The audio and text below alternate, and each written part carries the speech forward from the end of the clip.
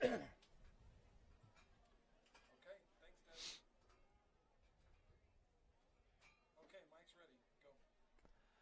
evening and welcome once again to Region 9 High School Football. Beautiful night for football. So good to be out here at the field. I'm Mike McGarry along with Andy Griffin. We are at Dixie High School's Waltbrook Stadium. We've got a big Region 9 matchup coming up here tonight between the Reds of Cedar High and, of course, the Flyers of Dixie High School. Welcome to our game tonight. We certainly appreciate you joining us. Our title sponsor, again, Sullivan Homes. You only build your dream home once, and that's why you need it done just right. Find more at sullivan-homes.com. Do it today and find out. I think it should be a very interesting game. Andy, I was kind of prepping and looking to some of the things that may play into this game. Kind of interesting as you look at these two teams. When kind of the breakdown is obviously Dixie at 2-0 in the region. Cedar coming in at 1-1. Overall, Reds with a better overall record, and then Dixie coming in at 2-3, the Reds 3-2. Breaking it down a little bit further, Dixie coming in after 2 wins. Cedar, their last 2 games in the region, of course, 1-1 coming up that big pummeling at the hands of Pineview High School. Then the first RPI is out. And looking at the RPI rankings, Cedar actually getting a lot more credit for their 3-2 record. They are ranked number 7 in the RPI, while the Flyers are almost to double that, down the pack, coming in at number 13. Now, I've given you all those comparisons. Now we can probably throw them out the window because you never know what happens when the teams get on the field. We do anticipate, as a matter of fact, a lot of passes in this game. You got a couple of quarterbacks that are doing extremely well this year for Cedar Reds. Jaron Garrett, the senior quarterback, has hit 83 out of his 128. He has over 1,300 yards coming in to the game tonight. Meanwhile, for Dixie, Bronson Barbin, and more of that long line of Barbins who have been playing for the Flyers. Bronson coming in, hitting 87 out of his 161 yards, a little over 1,100 yards on the season. Again, on the touchdown to interception pick is quite different. Barbin at 8-1, and Garrett coming in at 10-5. Again, we're about 11.5 minutes away from the start of tonight's football game. We do have our national anthem as I see the ROTC across the way, ready to march on to the field. Pretty good showing tonight here for the Dixie Flyers. Not a big crowd tonight coming down so far anyway from Cedar to support their Cedar Reds. But again, Mike McGarry, Andy Griffin joining you here tonight from Dixie High School. Waltbrook Stadium. Yeah, I've been around long enough to remember when they totally refurbished the stadium here. First of all, putting in the turf and all the many, many things that they have done across Region 9. Of course, up in Cedar, they go, we don't believe in that fake stuff, the fake news there. We go with the real green grass. Fake news? Come on, Gary. What are you talking about? I just figured we're on KDXU, and so I thought, doesn't that word come up a lot with you in your morning? It does. Okay. Yeah, it does. Just and checking. For good reason. But we're not going to talk politics. We're going to talk football, right? We are indeed. I look for really a fantastic matchup between these two teams, Mike. I think we're at a point where we're starting to separate the men from the boys, so to speak, and I think the winner of this game is going to be an upper echelon team in the region, and the loser of this game is going to be fighting for scraps a little bit. Now, this is RPI. Right. The year or the season of RPI, and every team gets in, and, but you really want to be in that top 10 where you got to one of these teams I think is probably not going to be in that top 10 when all is said and done. So big game tonight for that. Yeah, you and I talked the last time we did a game together a couple of weeks ago out in Hurricane, And we talked about how that was all going to kind of work out. And I think very early in the year, we are seeing that division in Region 9. Now, as you look at the standings, of course, you have 3 teams, Snow Canyon, Pineview, and Dixie, both or all 3 with 2-0 records. Cedar and Crimson at 0-1. And right now, I guess just be brutally honest here, Canyon View, Desert Hills, and Hurricane, they're in trouble. Even though they've only lost 2 games, they're 0-2, and they just haven't seemed to show yet. Now, they still could. In fact, I think some of them might. But as it looks right now, I think it looks like the top 3 are probably definitely going to be top 10. And the battle might be between Cedar and the Mustangs of Crimson Cliffs. Yeah, and Crimson Cliffs showed me something last week, Mike. What they did at Canyon View. Remember, Perry's Power Guide had actually Canyon View favorites in that game, and Crimson not only just went up there and win, and that actually wouldn't have surprised. They go up and win 20-14 or something, but no, they won that game going away. Was it 50-7 or 40, something like that? And so Crimson Cliffs showed me something. They might be a team to be contended with down the line, but of course, right now we've got Cedar, Dixie, and it's going to be an interesting game. Yeah, National Anthem just a moment away here. We do want to remind you again that our pregame is brought to you by Interior Design Center. Like them on Instagram to see some of the stylish looks, or visit them at interior-designcenter.com. We really appreciate all of the great sponsors who allow us to be on the air, bringing you both on the internet and on radio, of course, these Region 9 high school games. All right, our national anthem is coming up. We'll step aside for 2 minutes here, so we'll be back with more from Dixie High School in 2 minutes.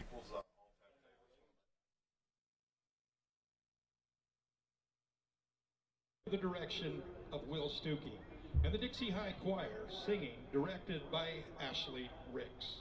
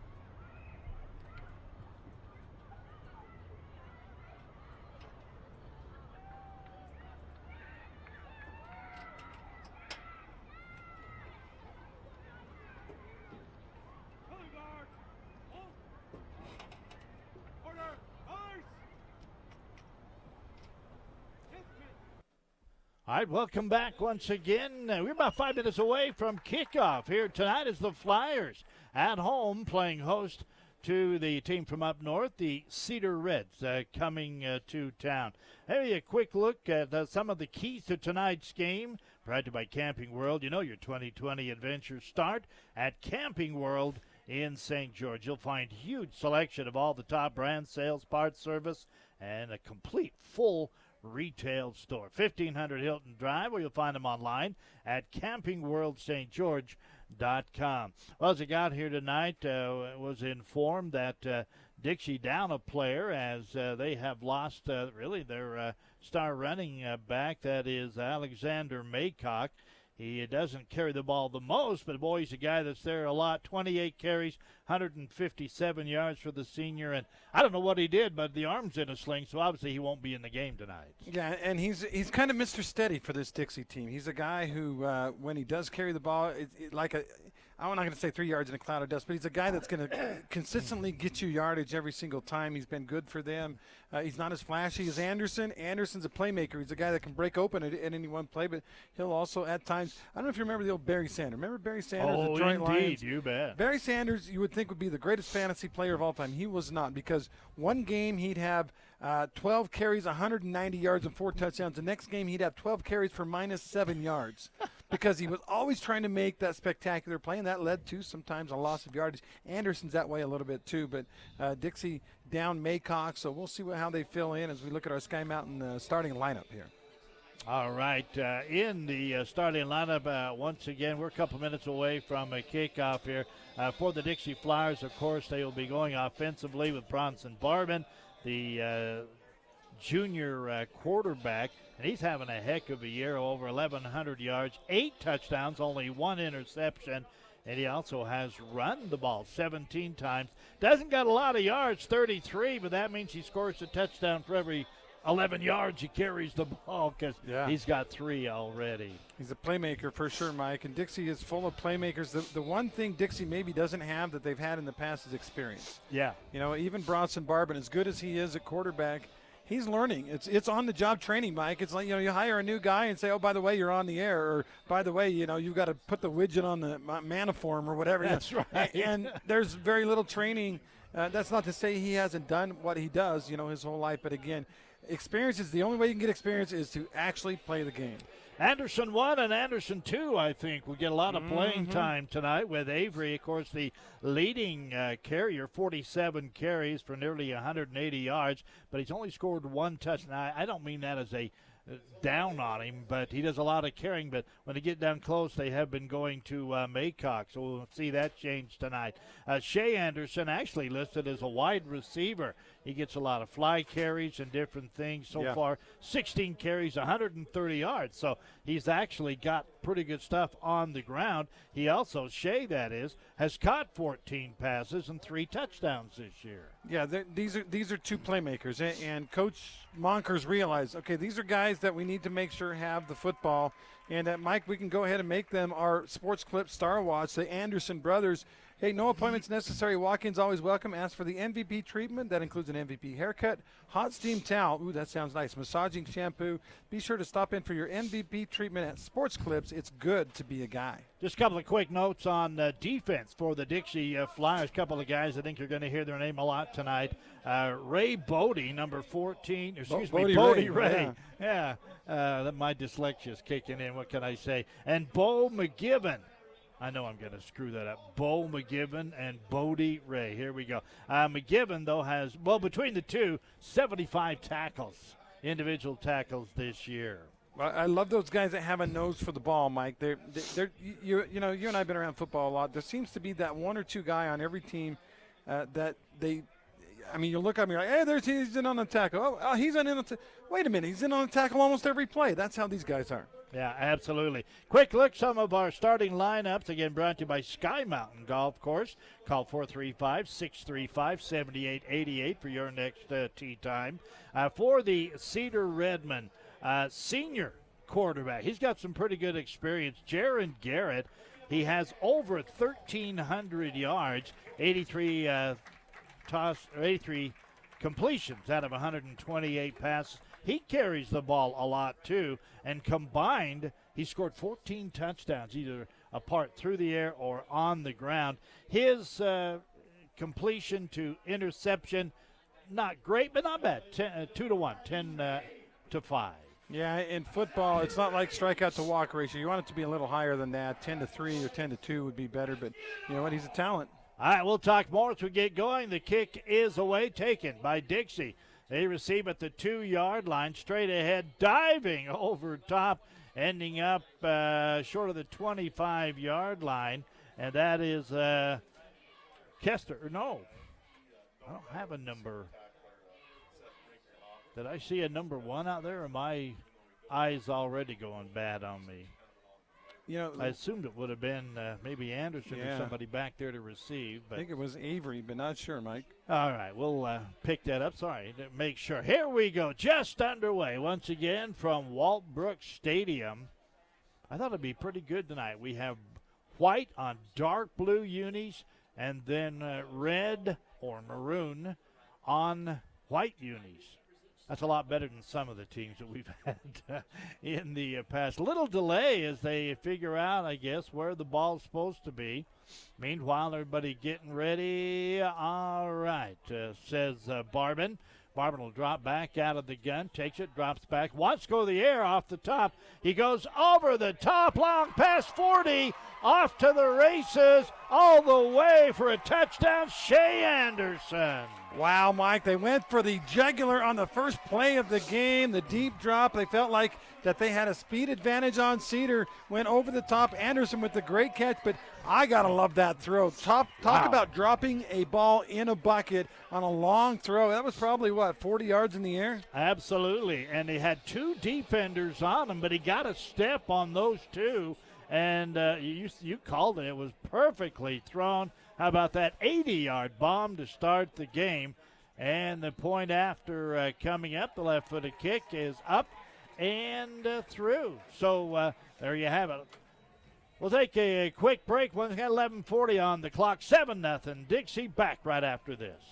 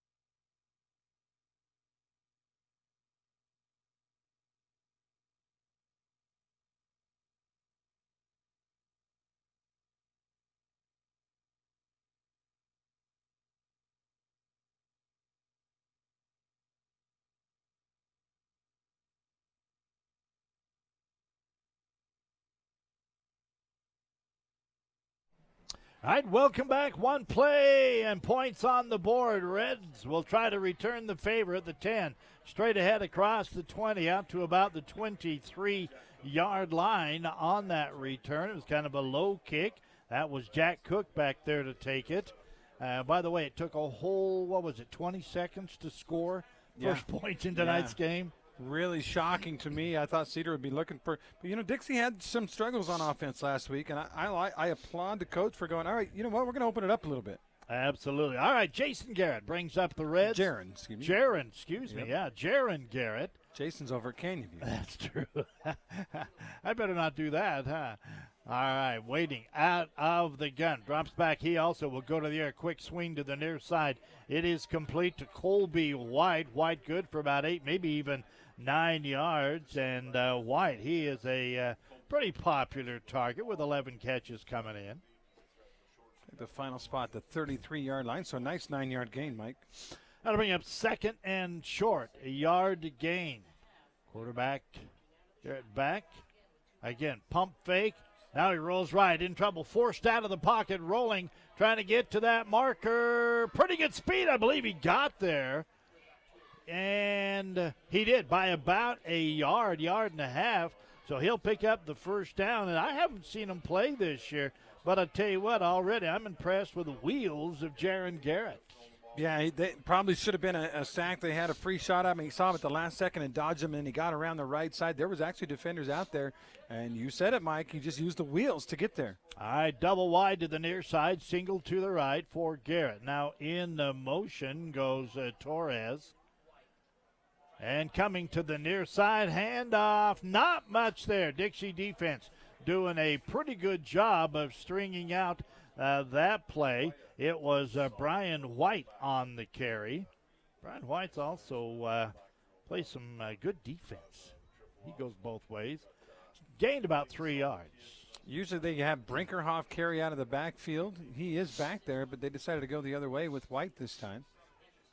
Brinkerhoff wears that quarterback number. I don't like running backs wearing 13. It screws me up. Out of the gun once again. We are just underway. 7-0 Flyers with the early lead here tonight. Now coming in motion across. They fake the fly sweep. Straight up. Quarterback looking for the first down. I believe got it. Nice job by Garrett. Just a good fake, by the way, to the fly runner. And then just straight up the middle of the field. Garrett up to the 46. Can I one-up you and say great fake? Yeah. You know, the timing was perfect. You got the fly sweep guy coming in motion at a full sprint. He had it actually in his belly for just a second, enough to make, radio guys and defenders think maybe he's going to run that. And then Garrett kept it, went right up the middle, and got a first down.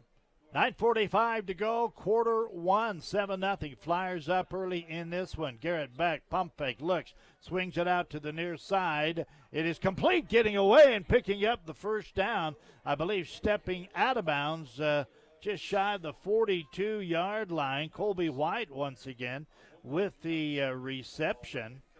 And he's pulled down, by the way, 26 catches for over 400 yards. He's the guy they look for. 1st and 10. Reds on the drive after giving up that big play to start the game. And this is a Dixie defense that pitched a shutout last week, Mike. Handoff into the line. Hard running, a good 5, maybe 6 yards. That was just a straightforward run by Brian White. And White, good size, and he's listed a little over 6 foot, about 215 pounds. They're going with 2 running backs in this game, Mike, so far. White and both Brinkerhoff are back there, and it's been White that's gotten the carry twice now. Yep. 2nd down, about 4 or 5 yards to go. Dropping back, Garrett in trouble, forced out, working to the right side, gets rid of it. It's picked off at the 32-yard line. I think Garrett tried to force it in, and on that run, and he didn't quite have enough, because this guy was open. He just underthrew the ball. Yeah, good call. I believe that was Bo McGibbon with the pick, number 17 for the Dixie Flyers, and that's a big turnover. Wow. Yeah, that stopped a very good drive by the Reds. So with 8:42 to go, quarter number 1, ball goes back over to the Flyers. Flyers come out immediately with 2 wideouts to the near side, single to the left. Bronson Barbett back, stands in there. Fires it underneath to the 40, looking for the first. Will end up about a yard shy. And once again, Anderson with a lot of moving around out there. Excuse me. That is Shay Anderson. But he caught it, tried to worm around, got one of the 2 or 3 that he needed. So it's second, we'll call it about 9 or 1. 2nd and 1, excuse me. Once again. Right over the middle, it is complete to the midfield 50, down to the 35-yard line. Just a simple slant pattern. Nicely done there by Easton Ellett. Yeah, Ellett on the run. I think actually that was a second read for the quarterback.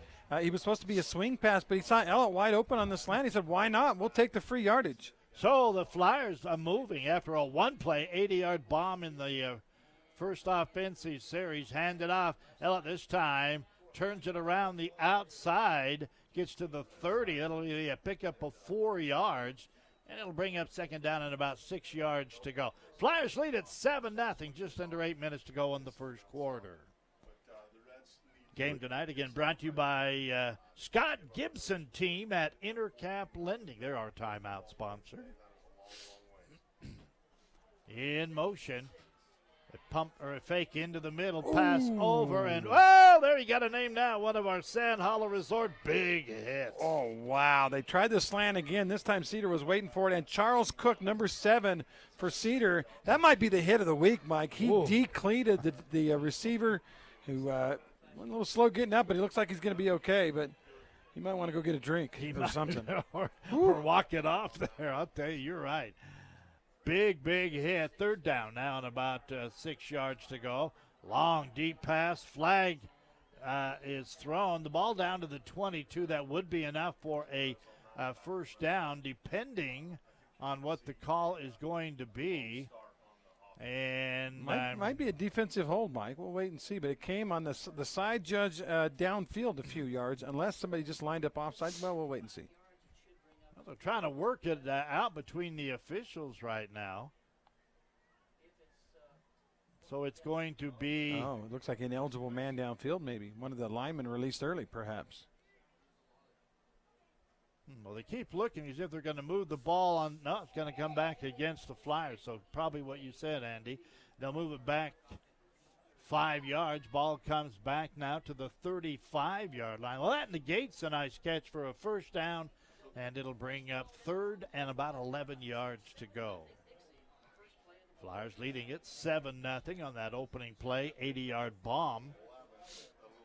As they get a couple of guys late into the game on the near sideline. Still looking. Now they got it done. The end of the game is Carson Greer. He's a wideout on the near side. Back. Bronson looks, little floats it. He can't get it out there. Tried to kind of get a timing thing going there with Avery Anderson. Led him too much. That is incomplete. It is 4th down. 11 yards to go, but I would think we're in 4-down territory. Yeah, at the 35, you'd like to have gotten a little bit on that 3rd down play, so 4th down is not quite so long, but too far for a field goal. Although we've seen Bernal, I mean, from there it'd be about a 52-yarder. He hit a 49 last week, Mike. Well, they elect not to go with it this time. So out of the gun, Bronson Barbin. Barbin back. Nice protection. Stands in the pocket and throws it away. Had a guy, it looked like his receiver down there. Kind of looked inside, then cut back to the outside, but the ball led too much, goes incomplete, and Cedar will get the ball back after holding on down. I honestly think that was a back shoulder fade on that one where he actually purposely underthrew it, but the receiver didn't stop in time, and the ball was so far behind him he couldn't slam on the brakes, and Cedar will take over on downs. That's just like a turnover. It is. Jaron Garrett brings them up again. Their first offensive series ended up in a pick down around the 30-yard line. Garrett brings him up double wide to the near side. Handoff right up the middle. That's Brinkerhoff finally. His first carry of the game. He's our leading rusher. So Brinkerhoff picks about 5 yards, I guess, where they mark it now. So 2nd down and 5 yards to go. Yeah, they had been going with White. Brian White, Brinkerhoff, both in that backfield. And last week, they must have added this week. Last week, they only ran one running back the entire game. Now they're running 2. And every play, you're right. Garrett steps up, does not find anybody. He's going to be caught and muscled to the ground, but he was thrown forward and may have gotten the first down, Andy. He did on being thrown into first down territory. Yeah, a good tackle by Kenneth Erickson, the junior lineman, but he threw him forward when he made the tackle and got him the first. So it's 1st and 10 for the Cedar Reds with 6.5 to go, quarter 1. The ball right now on the Cedar 45-yard line.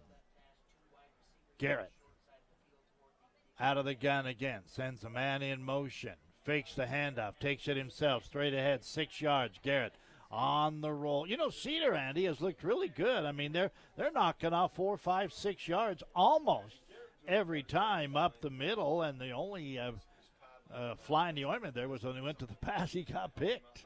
Yeah, and like you said on the call, Mike, it was actually open. He just made a bad throw, underthrew that thing, and got it picked off. But their offense looked pretty good against Pineview last week. They just couldn't finish drives. Yep, Braxton Torres switches over to the right side, double wide to the right, single to the left. Now for Garrett. Garrett back, looks left, looks to the right. Oh, they leave him wide open, and he gets another first down, but the ball comes loose, and it is Dixie football. Wow, didn't see that coming, Mike. Boy, mistakes are hurting Cedar big time.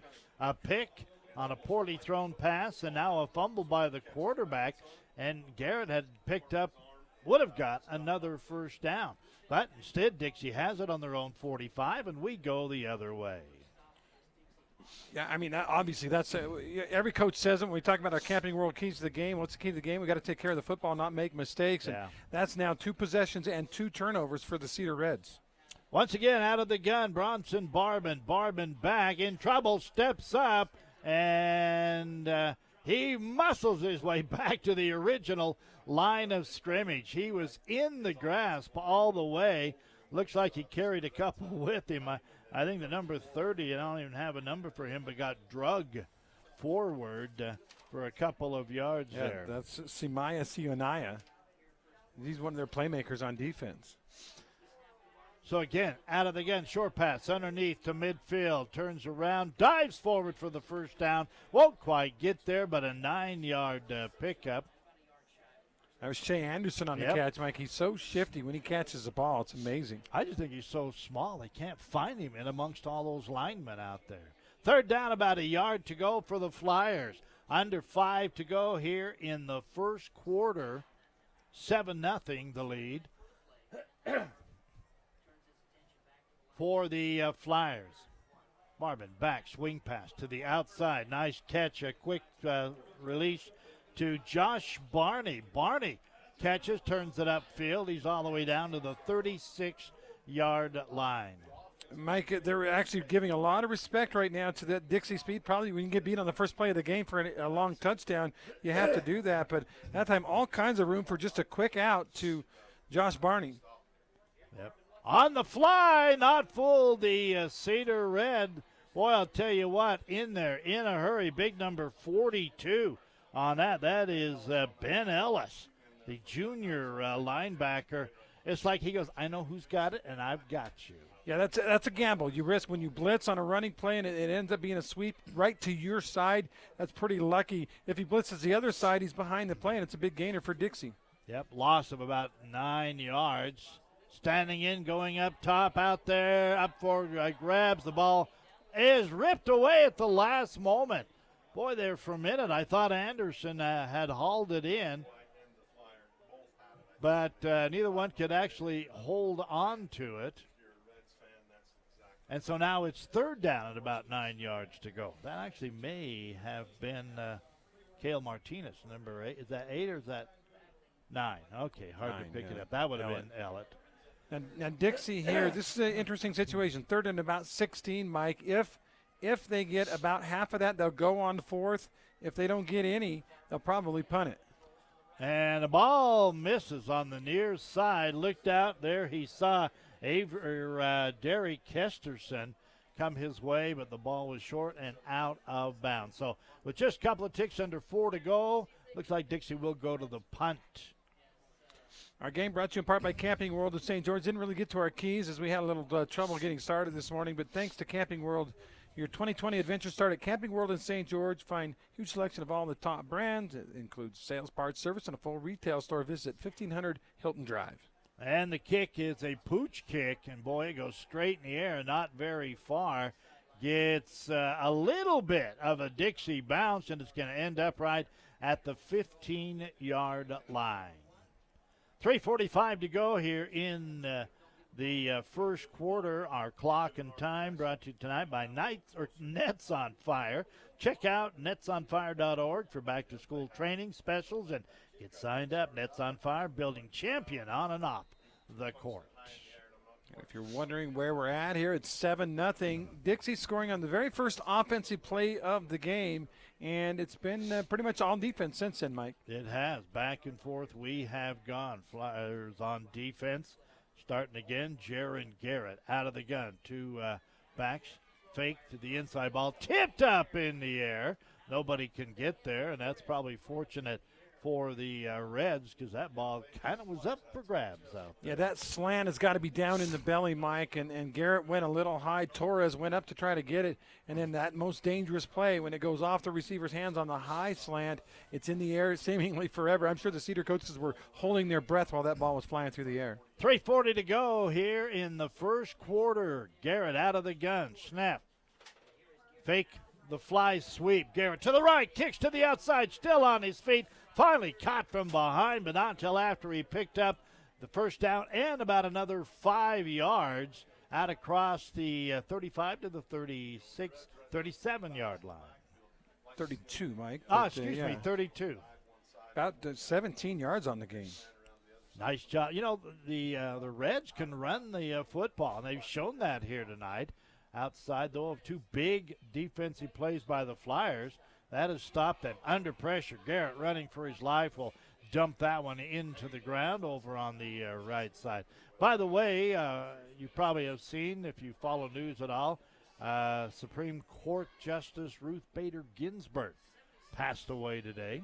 Yes. And we hope to have an update on that coming up here during our first quarter break. Yeah, Allison Hamblin is on that one, and she's working on that. And hopefully we'll get to hear from her, our new news director here at KDXU. So with 3:12 to go, second down now, 10 yards to go. Jaron Garrett drops back in time. Pass is complete and not going to go very far. The catch was by Braxton Torres, but Torres was hit immediately. Well, the fans, you heard the fans kind of jeering there. Yeah. They didn't like the spot, but I think it's actually an accurate spot. He got hit and then dragged backwards about 5 yards. They do have a flag down, Mike. That's what I was looking at. It's back where the play ended. Or maybe that's more what the complaining was about. Perhaps. They're going to call personal foul on Dixie, and that's a rough call. I didn't hear a whistle. I don't know if you did, Mike. I did not, no. You teach your kids to play to the whistle, and that's a tough call. So that'll be a big help to the Reds as they bring the ball all the way up across the 45 to the 48-yard line. 2:50 to go here in the first quarter, 7-0 Flyers. And again, Jaron Garrett out of the gun. Two backs, one on each side. Hands off to Brinkerhoff. He sweeps to the outside, gets a great block all the way out. Now we have a flag way back behind, away from the play. And now there is another flag. And I got a feeling we're going to get an unsportsmanlike against the Flyers after whatever the first one was. But we'll wait and see. Because the flag came by the official, he was standing literally right on the Flyers sideline.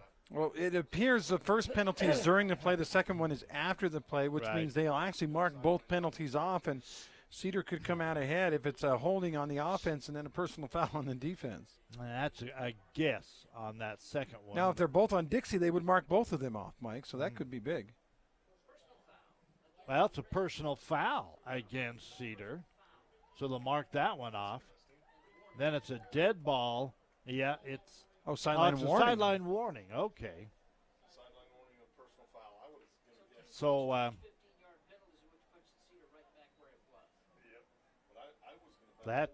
so they do mark off the first. The warning is not a penalty as far as yards. Right. So now it's first and about 25 yards to go for Cedar. 2:25 to go, quarter one. 7-0 Flyers out of the gun to the near side. It comes to Colby White. White made a catch, couple of more yards, knocked down at about the 37-yard line. So that second down, still a long way to go for the Reds. Region 9 high school football on the air. Mike McGarry, Andy Griffin with you here tonight from Walton Stadium. Second down and long. Still taking plenty of time is Jaron Garrett. Waiting now with the snap. He rolls to his right, gets a nice block, tries to step upfield, stop, fires it over the middle, complete for a first, or across the original line of scrimmage. And that'll be about 8 or 9, 10 yards to go for a first down. I got excited for a minute till I realized that was the back end of the chains over there. That was Jack Cook on the catch. Jack, one of the dependable guys in the receiving core for Cedar High, made a nice grab. Makes a very manageable third down at about 9. Yeah, Garrett did a good job of getting anything. I thought he had nowhere to go on that one. Big third down play right now for the Cedar Reds. They trail by 7 with a minute to go first quarter. Dropping back on the fly.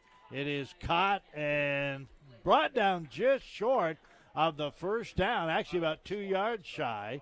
The ball at the 44-yard line in Flyer territory. Reds say, now we're going for it.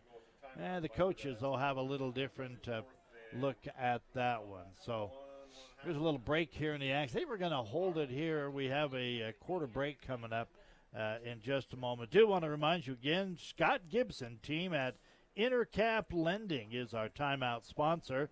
They will not mask their rates or fees. See how much the Scott Gibson team can save you today.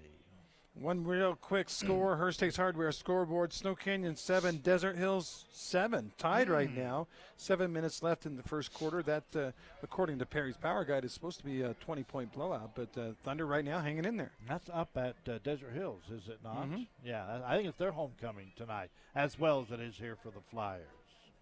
I believe you are correct, sir. I only know that because my oldest grandson's first date is tomorrow night. I just thought I'd throw that in. What? You have a I grandson have a that's dating? 17-year-old grandson. Can you Wow. believe it? All right, 4th down and a couple of yards. Do you risk it here? I think they will. Yeah. I mean, it's midfield, but they've been moving the ball. Mike, if you take their yards per play, you're talking about 4 or 5 yards per play.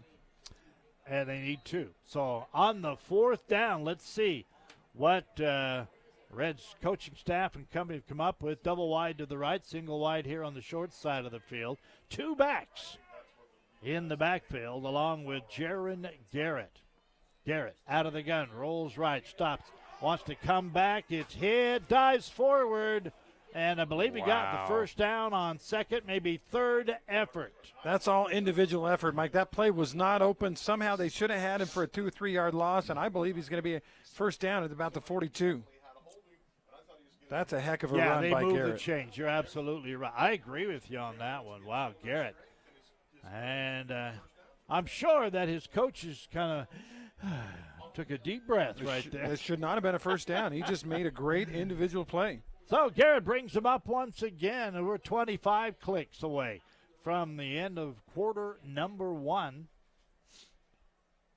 And the clock is winding down now to about 15 seconds. Brinkerhoff straight up the middle. He gets 3 yards. Hard to bring down. Finally they do. 3-yard gain, and I believe that'll be the last play of quarter number 1. So we'll take a quick break right here at the end of the first quarter. And let's go to Allie. She's going to have an update for us on Ruth Bader Ginsburg. All right, 7-0 the score. We'll check in on the latest news.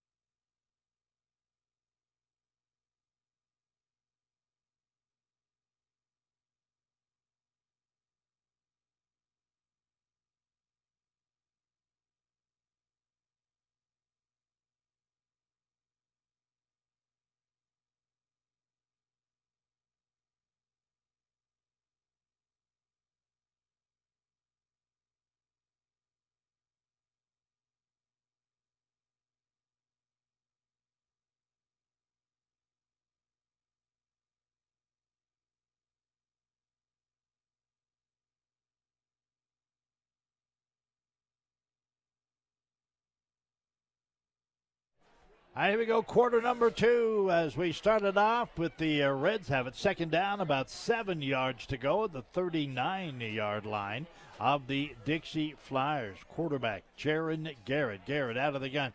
Quick swing pass to the near side, gets 1 block, dives ahead, short of the first down, but gets just inside of the 35-yard line. He needed to get to the 32. Yeah, that's that wide receiver screen where the defender's playing off about 5-7 yards. So, and that's really a hot read, Mike. If the quarterback sees that, whatever play you were going to run is gone. You just throw it out there really quick. Jack Cook made the catch and got it down to about the 35. So that'll bring up a big 3rd down again for the Cedar Reds. They trail 7-0. The very first play of this game saw an 80-yard pass completion for the Flyers, and that's it in scoring in that entire first quarter. So here we go, quarter number 2. Again, back swing pass. It is that's complete. A great catch. Nice catch and a better move at the end of it. Looking for 6. Got there, I believe. They're going to say. Yeah, he's in. Yep, touchdown. Wow. That was a beautiful catch. Colby White. And Colby caught it, Andy, and then he kind of looked to the inside, but then wheeled back outside. The defender bit the inside move, and he was on his way to the races, diving to the end zone, put 6 on the board. Yeah, and that was, maybe a 15-yard pass that Yeah. turned into a 32-yard touchdown because, first of all, the great catch by White and then the great move afterwards. The Simply Wisdom Teeth extra point, Mike, is? Good. Good. We are knotted at 7-all. Let's take another quick break. 11:08 to go here in quarter number 2. We'll be right back.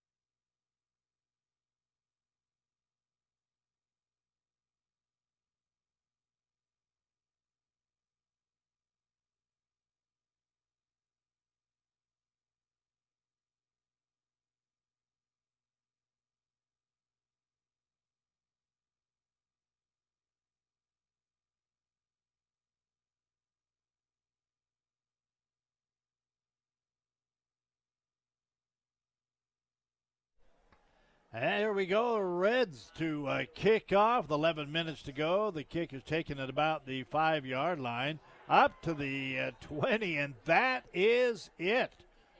Anderson looked like he was going to go for a few more, and suddenly he was on his wallet, taken off his feet. So from the 20-yard line, it will be 1st and 10 for the Dixie Flyers. I know players don't really think this way, Mike, but don't you wonder if you think, I should have let that go in the end zone. That hurt. Yeah, because if the ball's at the 20, it's the same. And taking the ball around the far side, the quarterback, nice little fake inside. Barban then kicks to the outside. And they're going to say, let's see where he stepped out of bounds, looks like at about the 26-yard line. I was going to say, I watched the defense when they came over after that last drive. Andy, they all headed right to the bench, got a drink, and sat down. It doesn't look like it, but it's 95 degrees still out there. It is warm, yep. It's slightly cooler in the press box, but not much. And by the way, score updates, Crimson Cliffs, no score at the half as the Mustangs, Mike, after coming off that big win last week, looking to capture another victory. Crimson is taking on, help me out here, Mike. We got Pineview, Canyon View. We got Dixie, Cedar. We got Snow Canyon, Desert Hills. That leaves Crimson and Canyon View. Did you say that? No, that's Pineview, Canyon View. Oh, Pineview, Canyon View. I was sorry. I was watching the official. We're getting a call. Apparently, there was a flag. Hurricane. Thank you. Very good. Huh. So no score between the Mustangs and the Tigers. No penalty, by the way, on the play, apparently. Pineview's up 14-7 on Canyon View first quarter. Pass is complete to the outside. Nice catch. Return. Getting back inside there was Josh Barney. And it'll be complete up across the 35. I was going to say, though, they said there was no penalty, but according to the first down marker, it was 1st and 5, which it can't be. So I imagine they forgot to flip that. But anyway, here we go. 1st and 10. And ranging wide, Anderson now turns it upfield. He'll pick up about 7 yards right to the 45-yard line. Needs to get to the 48, so the Flyers come right at him, getting ready to go. Game is tied at 7 with 10:18 to go in the first half of action here at Dixie's Waltbrook Stadium. That was Avery Anderson on the carry. Of course, we've seen Shay get involved in this game as well. Now they'll try the fly sweep to the near side. Nowhere to go that time as Easton Ellett kept looking, hoping something would open up. Nothing did, so he's pushed out after no gain. Yeah, that's a lot of running. He ran 50 yards across the field and ended up losing a yard. Yeah, so that's, back to the 44-yard line. Bronson up. Barber started to bark the signal, then stopped, looked over to the side. And by the way, Flyers with a single setback. Quarterback in the backfield, nearly picked off as he brought it out to the near side. He was looking on the near side for Joshua Barney once again, but who we didn't see was Isaac Bell, number 1. And Isaac got a hand on it to knock it away. So it's 4th down, and the Flyers will have to give up the football. Good defense, as you mentioned a moment ago, on both sides of the field. Back. Kick is up. Going to be a shorter kick. Gets a great bounce. Flyer bounce, yeah. And Flyers surrounded to make sure that none of the Reds can pick it up and run.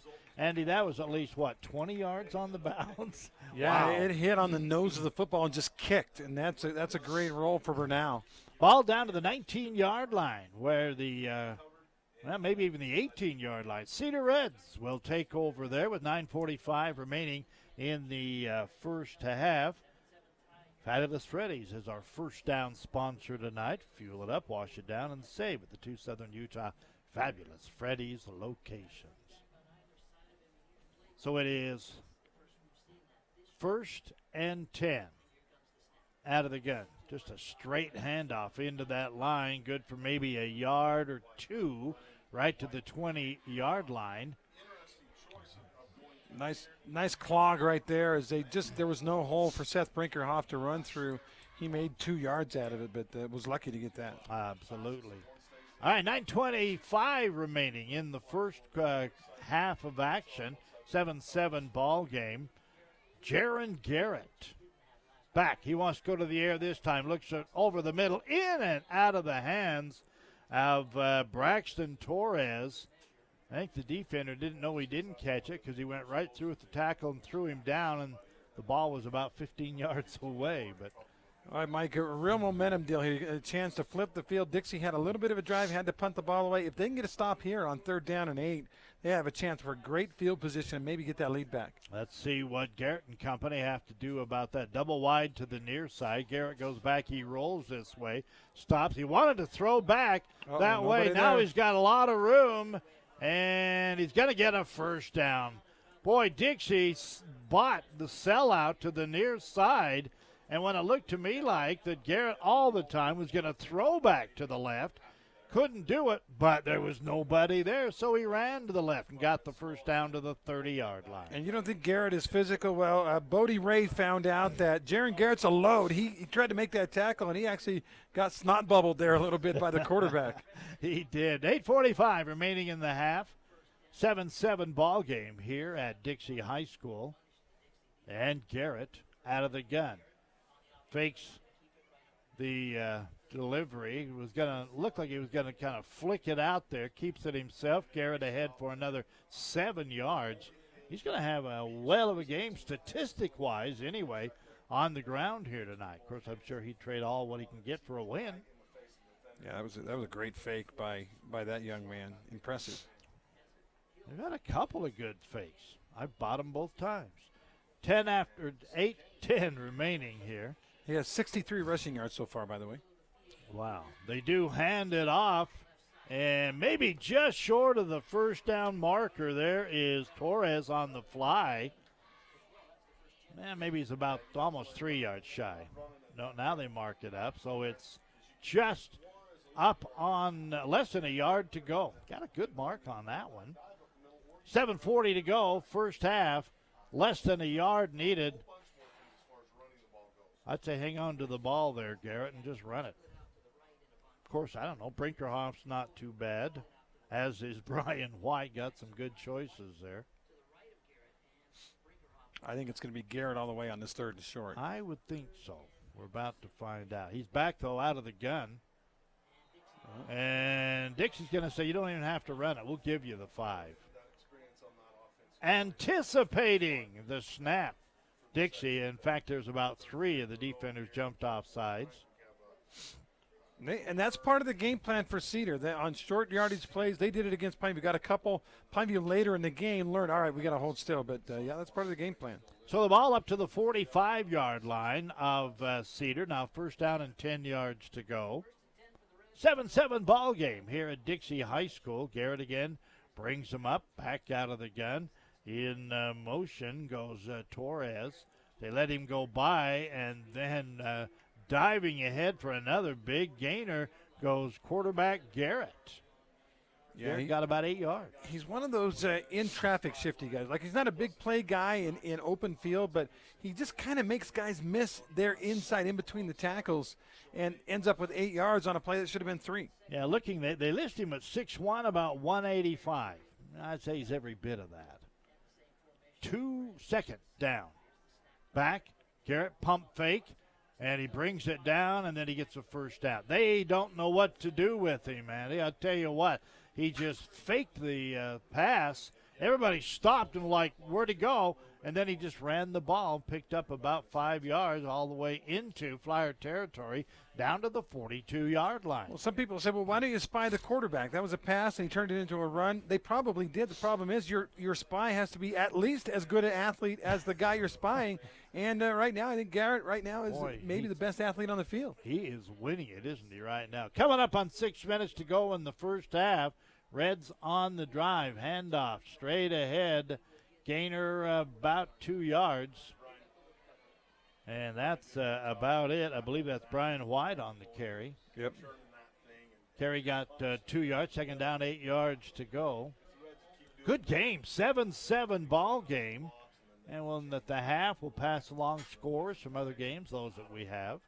Got some stats, too, Mike. I dusted off the old stat program, and so far I'm keeping up. There we go. The stat master, Andy Griffin's got it going on here tonight. Dropping back, Garrett with time. Rolls, now looks up, got a man down there, and the ball is incomplete. Did he catch that, Mike? I don't think he caught it. No, Maybe he didn't a flag. catch it. That's what I was wondering. There's a flag on the He play. stood up and started applauding, but the ball was not caught. They're going to call defensive pass interference. 5:20 to go in the first quarter. That's a big play right there for Cedar, because they're getting now where they don't have to pass. They got guys that can get 4, 5, 6, 7 yards at a clip, and that would get them in plenty of time here in the first half. Mark it down to the 25, first down for Cedar. They got that two-back set with the quarterback. Handoff straight ahead. Brinkerhoff gets 10 yards. Maybe 9.7 yards. He ends up, I think, just shy of the first down marker.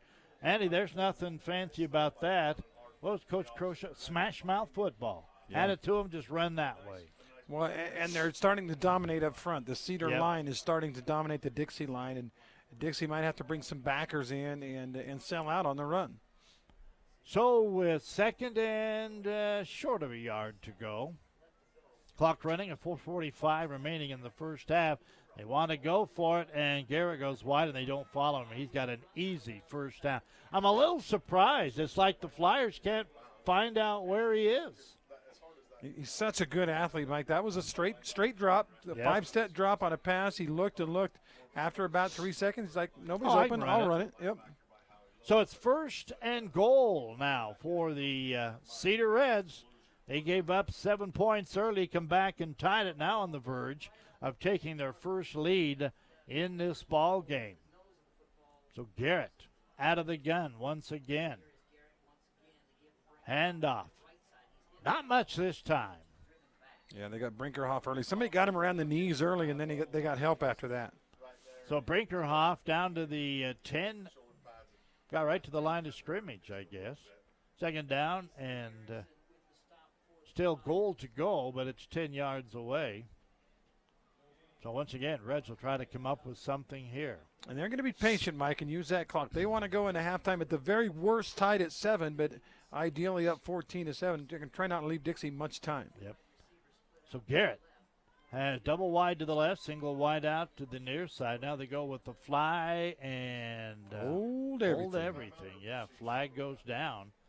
Normally you would anticipate movement on the offense, and that's what you got.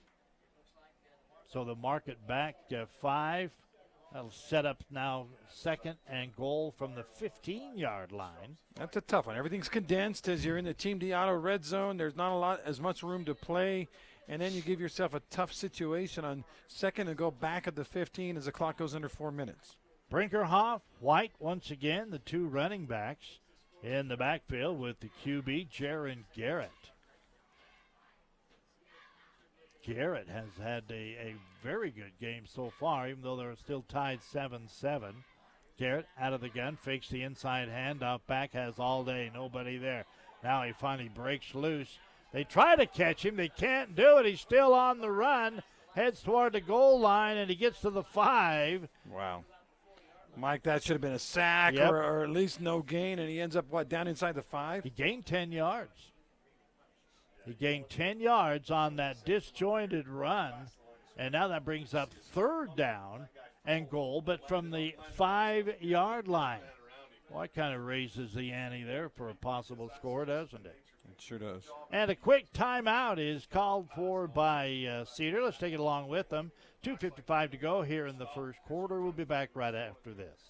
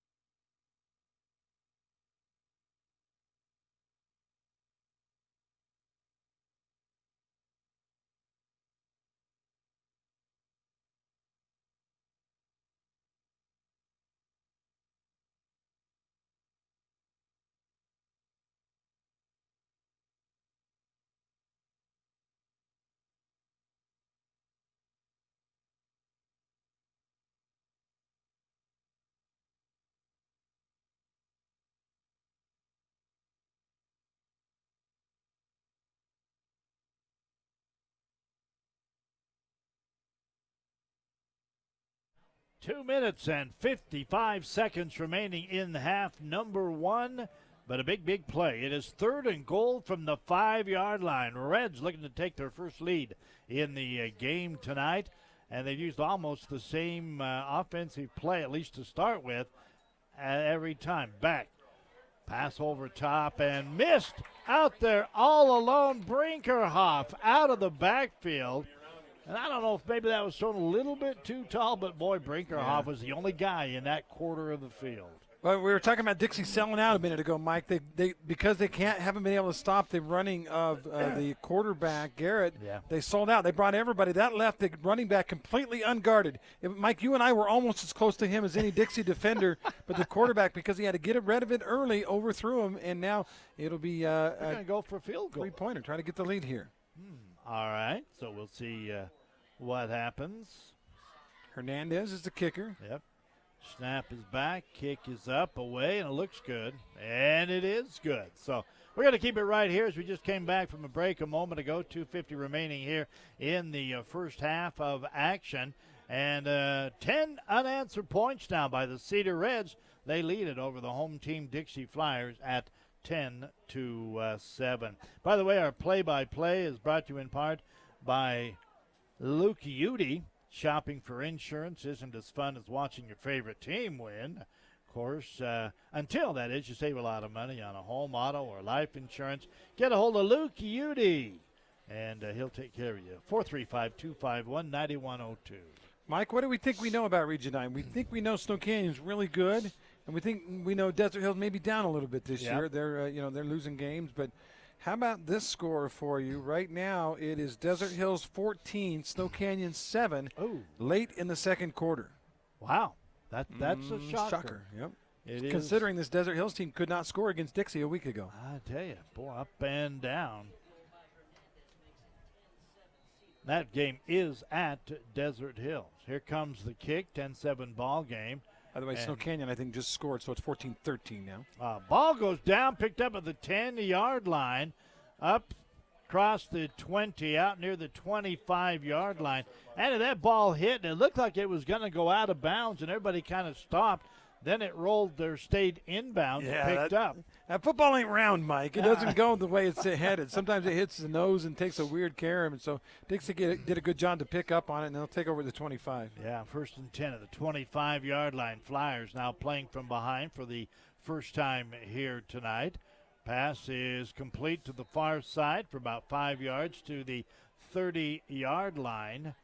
Out there getting up a little bit slow is Ellett. Ellett on the reception. Ellett's been a popular target tonight for his quarterback, Barbin. Got about 6, Mike. 2nd and 5 after the 5-yard catch. Barbin again. This time he looked to the left. He's in trouble. Somehow got away from the first guy. Fumble, and the Reds have it. Wow, what a turnaround. Yeah, Ben Ellis on the recovery, Mike, and that ball just squirted out of there. Looked like a greased pig.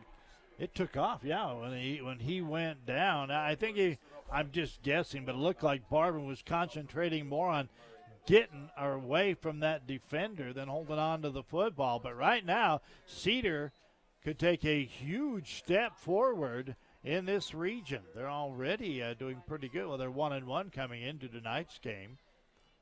They would give Dixie the first loss. And I know we're a long way from the end. Their pass is complete to the outside, turning, spinning, and I believe getting another first down. Right now, Andy, all the mojo is on the side of the Cedar Reds. Yeah, they grab momentum. They're really playing pretty solid and moving the chains. That was Colby White, by the way, on the catch. Yeah, White, it's like he had to stop. He went down low to scoop it up, but then he spun to the outside. Nobody reacted, and so he stumbled ahead for a couple of more yards. 1st and 10. Reds, they lead at 10-7, coming up on 2 minutes. They go to the outside. Garrett maintains, and I believe he's going to have very close to a first down. He did get the first down. Down near the 5-yard line. He cannot be stopped. Yeah, had a pitch man actually that time, so Dixie had to play the pitch man, and the guy that was supposed to tackle Garrett got blown up, and now the Cedar Reds have 1st and goal to go. Wow, with 1:42 to go in the first half, what a huge step this would be. They can put a couple of more points on the board here late in the first half. Straight ahead into that line, nothing there. Dixie defense says, at least not on this particular play. Straight ahead on the run. Was that Brinkerhoff on the carry? It was, and they were actually, I think that was actually to try to use a little bit of clock, so even though he lost a yard, Cedar probably not going to mind too much. Yep. So they're ready to go again. This will bring up 2nd down and goal to go. They're at the 5.5 yard line. Minute to go in the first half. Cedar trying to maintain possession and hopefully for them pick up a couple of more points late in the first half.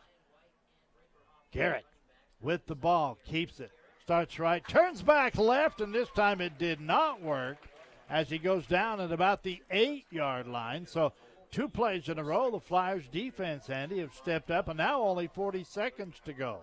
They tried that play from 2 plays ago with the option, only they went right side this time, and Dixie just blew that up. Garrett looked right, looked left. All he saw was blue and white, and he was lucky he only lost 3. Once again, out of the gun, and they are not hurrying at all. 22 seconds. They do have 1 timeout left, so this is going to be the big play right here. They need to snap it with 15 left, so they have time for a field goal, though. And they're actually going to use that timeout. So if they get tackled in the field of play, Mike, the half is going to end. They've already used all 3 timeouts. All right, and let's keep it right here once again. Give some thanks to a couple of our sponsors. Our scoreboard sponsor tonight, brought to you by One Law. They make it easy with highly skilled, passionate lawyers for all your legal needs. Make one call to One Law, your dedicated personal attorney, 634-1LAW, or you'll find them online at One Law, that's the number 1, and then law.com. Flyers trying to keep from falling any further behind here late. 14 ticks left on the clock. 10-7 right now, Cedar. By the way, you know how I mentioned that Pineview Canyon game was close? Yep. It's not anymore. Oh. 33-7 in the second quarter. Pineview on top. Ooh. And, no surprise. 14-14, Desert Hills and Snow Canyon all tied up. Good one going over there. Pineview really has a knack this year, don't they? They just go, okay, for the next 10 minutes, let's put 32 points on the board. And they do. All right, here we go. They're going to go for it. They cannot be tackled inbounds here. With 14 seconds left, the clock will run out. So big play. Third down. They're going for it all. Fake the fly. Passes up in the air. And, we have a very late flag coming in. That'll give them another play, I believe. That'll give them a first down, pass interference, Mike. Yep. The back came out. There was a collision, and that's as far away from us as you can get. So, obviously, the official's a lot closer. They said he was there before the ball. And it will be another opportunity with 9 seconds. Now I guess you feel like you can risk it a little bit. Well, you still can't get tackled in bounds, Mike. The half will in. So that's why you got to kind of throw maybe a corner pass or something like that, or make sure you get in the end zone. They bring their big set in, Mike. Surprises me. They do. Got the horses in there right now as Garrett goes up under center for the snap. And they go with a direct snap end around. Pass is incomplete. Only took 4 seconds, Mike. What do you do here? Do you kick a field goal, try to take 3 points, or do you take another shot? Because this will be the last play of the half. I guess had it worked, I might have been a little more impressed. But I wasn't real impressed with that one. They had the quarterback under center. Then he stood up and walked away like he was going to go somewhere. He was just a motion guy. Yeah. Direct snap back to a halfback. And then he tried to throw it to Garrett. It never got there.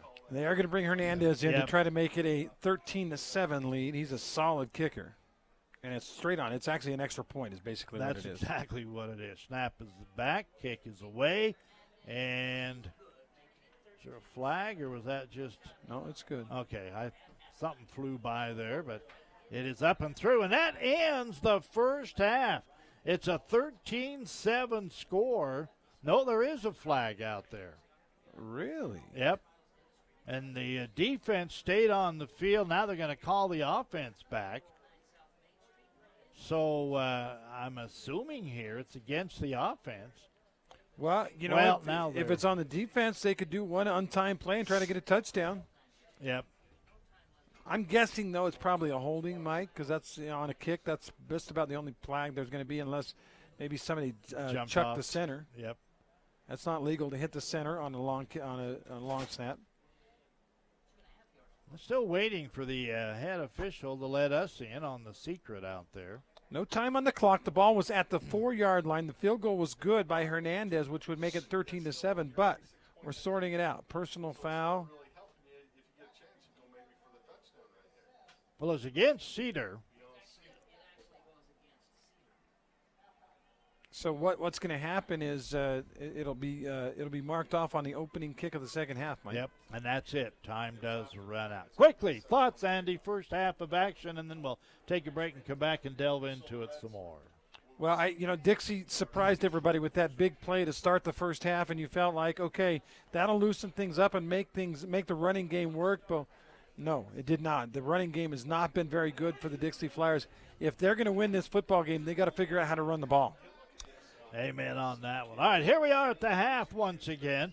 It's homecoming, so a little bit of an extended halftime here. 13 for the Reds, 7 for the Dixie Flyers. We're going to do a report with Allie Hamlin back at the KDXU studios. And we'll take an extended break overall, about 2 minutes. 2 minutes, yeah. Including, of course, our report. Here at the half, 13-7. We'll be back in 2.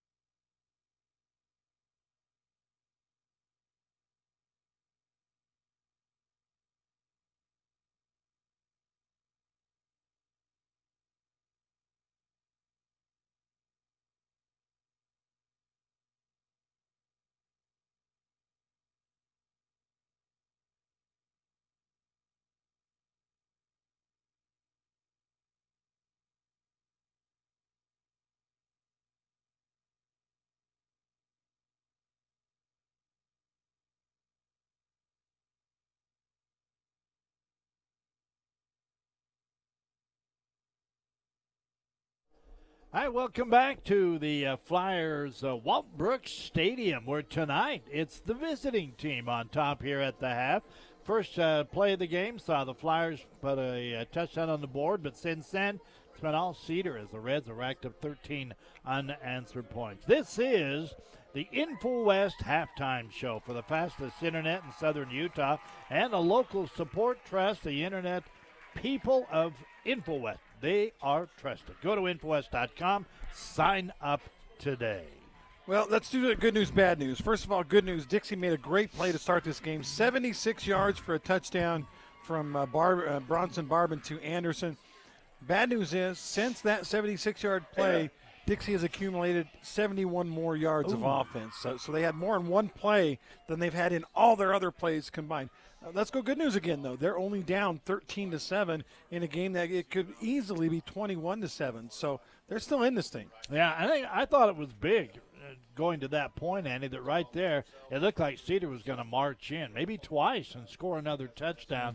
Flyers, who'd been kind of pushed around a little bit, stood up, and they got a pretty good goal line stand, and they gave up 2 field goals, but they didn't give up any more touchdowns. So total offense in this game, 224 for Cedar.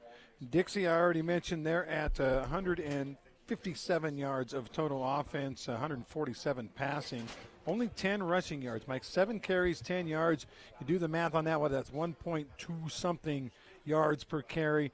Coach Monkers will tell you, even though he runs the spread and he's known for kind of high-flying, throwing teams, he's always been, look, we got to mix a run in, maybe 40-60. We've got to have some rushing plays and a good running game if we're going to win football games, and it hasn't been there tonight. 10 yards on 7 carries. That's just, to me, that's kind of unbelievable, although we go back, and this isn't the only reason, but Maycock standing on the sidelines. He is injured. He's their big gun in that backfield, and they've just not had him to go to. How about the individual stats rushing for Dixie? Avery Anderson, 1 carry, 7 yards. Bronson Barbin, 3 carries, 6 yards. Easton Ellett, 2 carries, 3 yards. And Shay Anderson, 1 carry, minus 6 yards. Again, that's 7 carries for 10 yards rushing the ball. Good news for Dixie, they have thrown the ball a bit. 7 of 13 for Barbin for 147 yards and a touchdown as we continue our Wilkinson stat line. Of course, Shay Anderson is a big target there. 3 catches, 94 yards, including that 76-yard touchdown catch. Easton Ellett, 2 for 31, and Josh Barney, 2 for 22 in the game. On the other side of the ledger, Cedar on our Wilkinson stat line. Cedar has run the ball well, especially, number 9, Mike. He has been phenomenal. Jaron Garrett, 15 carries, 102 yards, the only baby black mark. He did have that 1 fumble. He did indeed. But he's had a heck of a game, and boy, I tell you, I'm ready right now to, at this point, handing the game ball if they would hold on. Garrett, 9 of 15 passing, 94 yards. He has 1 touchdown and that second turnover, the interception on a scramble play where he underthrew his guy. Receiving, Colby White's his favorite target. He had the touchdown catch. He has 6 total catches for 79 yards. Jack Cook, 2 for 15. Braxton Torres, 1 catch, but he didn't gain any yards.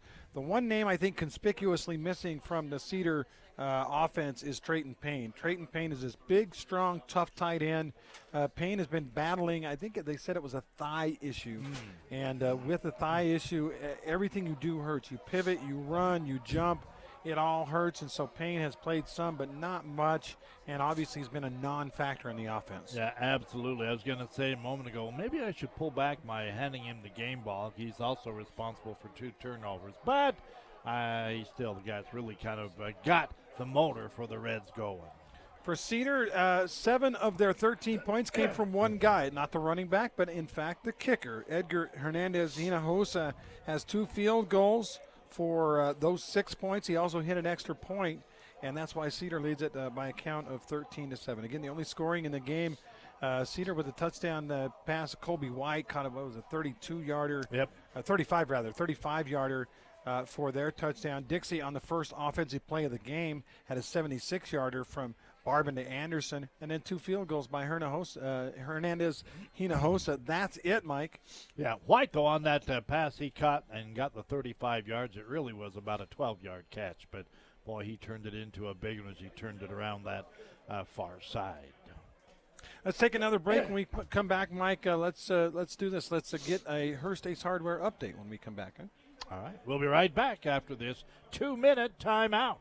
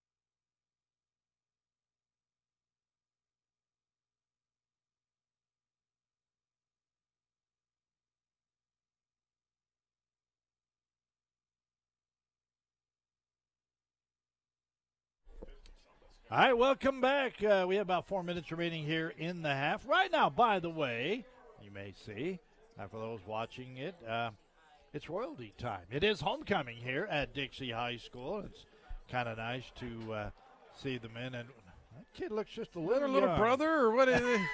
He's got to be about 8 or 10 years old, but he looks sharp in his suit. I guess he's probably going, eat your hearts out, guys. I'm out here with a good-looking lady. Anyway, sorry, back to the football game here.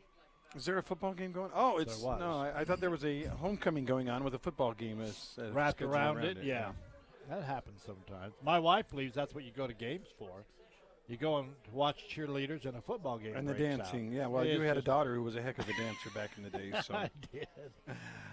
she's what, 30 something Mid years old? 30s, yeah, with a set of twins that are 4 years old. You're So, getting old. Yeah, tell me about it. All right, let's go over some Hearst Ace Hardware scores. We appreciate Hearst Ace, our hardware. They've been along for many, many years sponsoring our scoreboard update. Right now, 14-14, Snow Canyon and Desert Hills. I expected Snow Canyon to kind of run away with that one. They haven't done it. Early on, Pineview at Snow Canyon. It was a 14-7 game. Snow Canyon had the ball and driving. Well, they turned it over, and the rest is history. Pineview now leading, still second quarter, 40-7. 40 points in less than a half of football, Mike. I told you they decided in the next 20 minutes, let's put 32 on the board. And then just before halftime, Hurricane scores, and they lead Crimson Cliffs by a count of 7-0. That, in my mind, would be an upset, considering, Hurricane's been kind of falling on hard times the last few weeks, and Crimson Cliffs came out of the gates and really played well against Canyon View. I picked Crimson Cliffs to win that game, but right now the Tigers, they lead by 7 at the half. Sometimes it just goes to show me I don't know as much as I think I do know. I watch the games with big blowouts. I go, okay, I got it set now for the coming week. I think I'd have been wrong. If it holds on the way it looks, I would have missed it several ball games. By the way, worth noting, Crimson Cliffs in a scoreless tie followed at their own 6-yard line. Hurricane punched it in from there. That's why it's 7-0 at the half, Tigers. There you go. Defensive battle over there. Well, a lead's a lead, I'll tell you. I think that's just about. Snow Canyon just took the lead 21-14 in the final seconds of the first half as Braxton Hickman takes it in. Just a few seconds left in the half, and it is Snow Canyon 21, Desert Hills 14. Okay. Maybe I feel a little bit better about some of my picks here. Just saying. It's still early, Mike. I know every it. game except for the Pine Buchanan, every game's pretty close. Well, Region 9 football underway here all across the area, and we certainly appreciate all of our great sponsors who help us make things possible, bringing you 2 and 3 games each weekend, each Friday night for Region 9. And I have a feeling that Cherry Creek will follow our teams right on into and through the state playoffs, which are coming up, of course, next month. By the way, halftime here, we certainly appreciate InfoWest. Again, they offer the fastest internet here in southern Utah, and a local support, trusting the internet people at InfoWest. People do here in the area. They know the name, Infowest.com. Get signed up today. By the way, Mike, I don't know if you caught it. Last night was, they have the Thursday night football, and it's usually a 6A or 5A team, but this week it was the number 1 and number 2 team in 4A, Skyview, as they battled Ridgeline, the Riverhawks. Did I get that right? Yeah, Ridgeline Riverhawks. Anyway, and it was a great ball game. In fact, Ridgeline had the ball driving late in a 14-14 tie and fumble. Skyview ran the clock down to 9 seconds, kicked the game-winning field goal 17-14. So Skyview, the number 1 ranked team in the state, the defending state champion, the undefeated Bobcats, squeak one out 17-14. In my mind, they just clinched that Region 10 up there or Region 12 up there because nobody's going to beat them now. You know, I put up a couple, and it's not the same every year, but they have been pretty much at the peak the last several years, and I got to go up and do a couple of games up there, and it's just like I'm on my way. I'm thinking, how good are they? And you get there and you watch them. And they go, I remember how good they are. They are a very good team, and they're there once again. So obviously, it looks like it'll be North versus South for the state championship. Let's take a final halftime break. Let's make it 2 minutes once again, and we'll come back and set up half number 2 on the way. At the half, 13-7 in favor of Cedar. We're back in 2.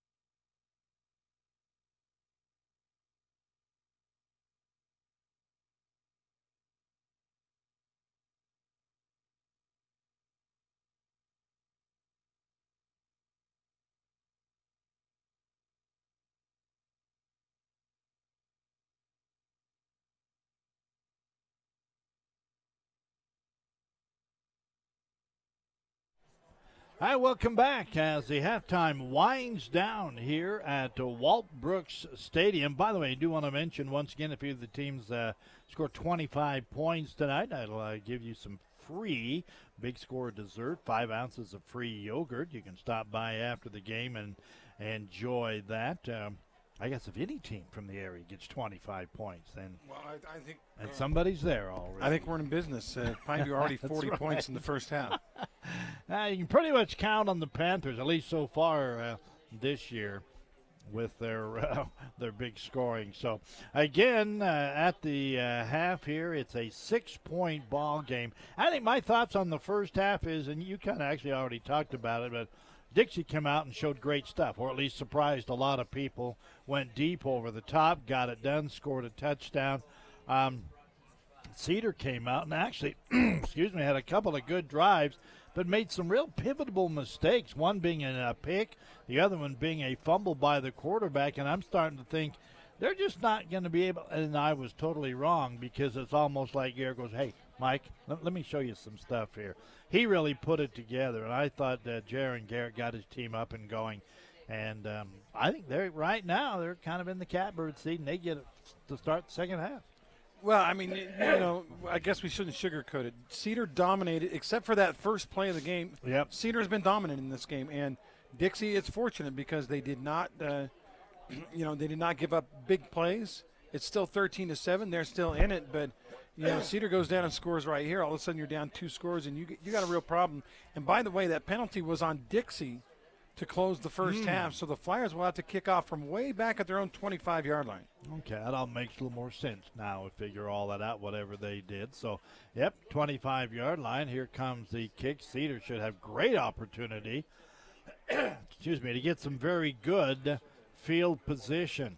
Kick is a low driving kick. Bounces, picked up at the 20, 25 up to the 30, to the near side, 35 to the 40, trying to back his way forward, and that's going to be it, as they may give him right on the 40-yard line.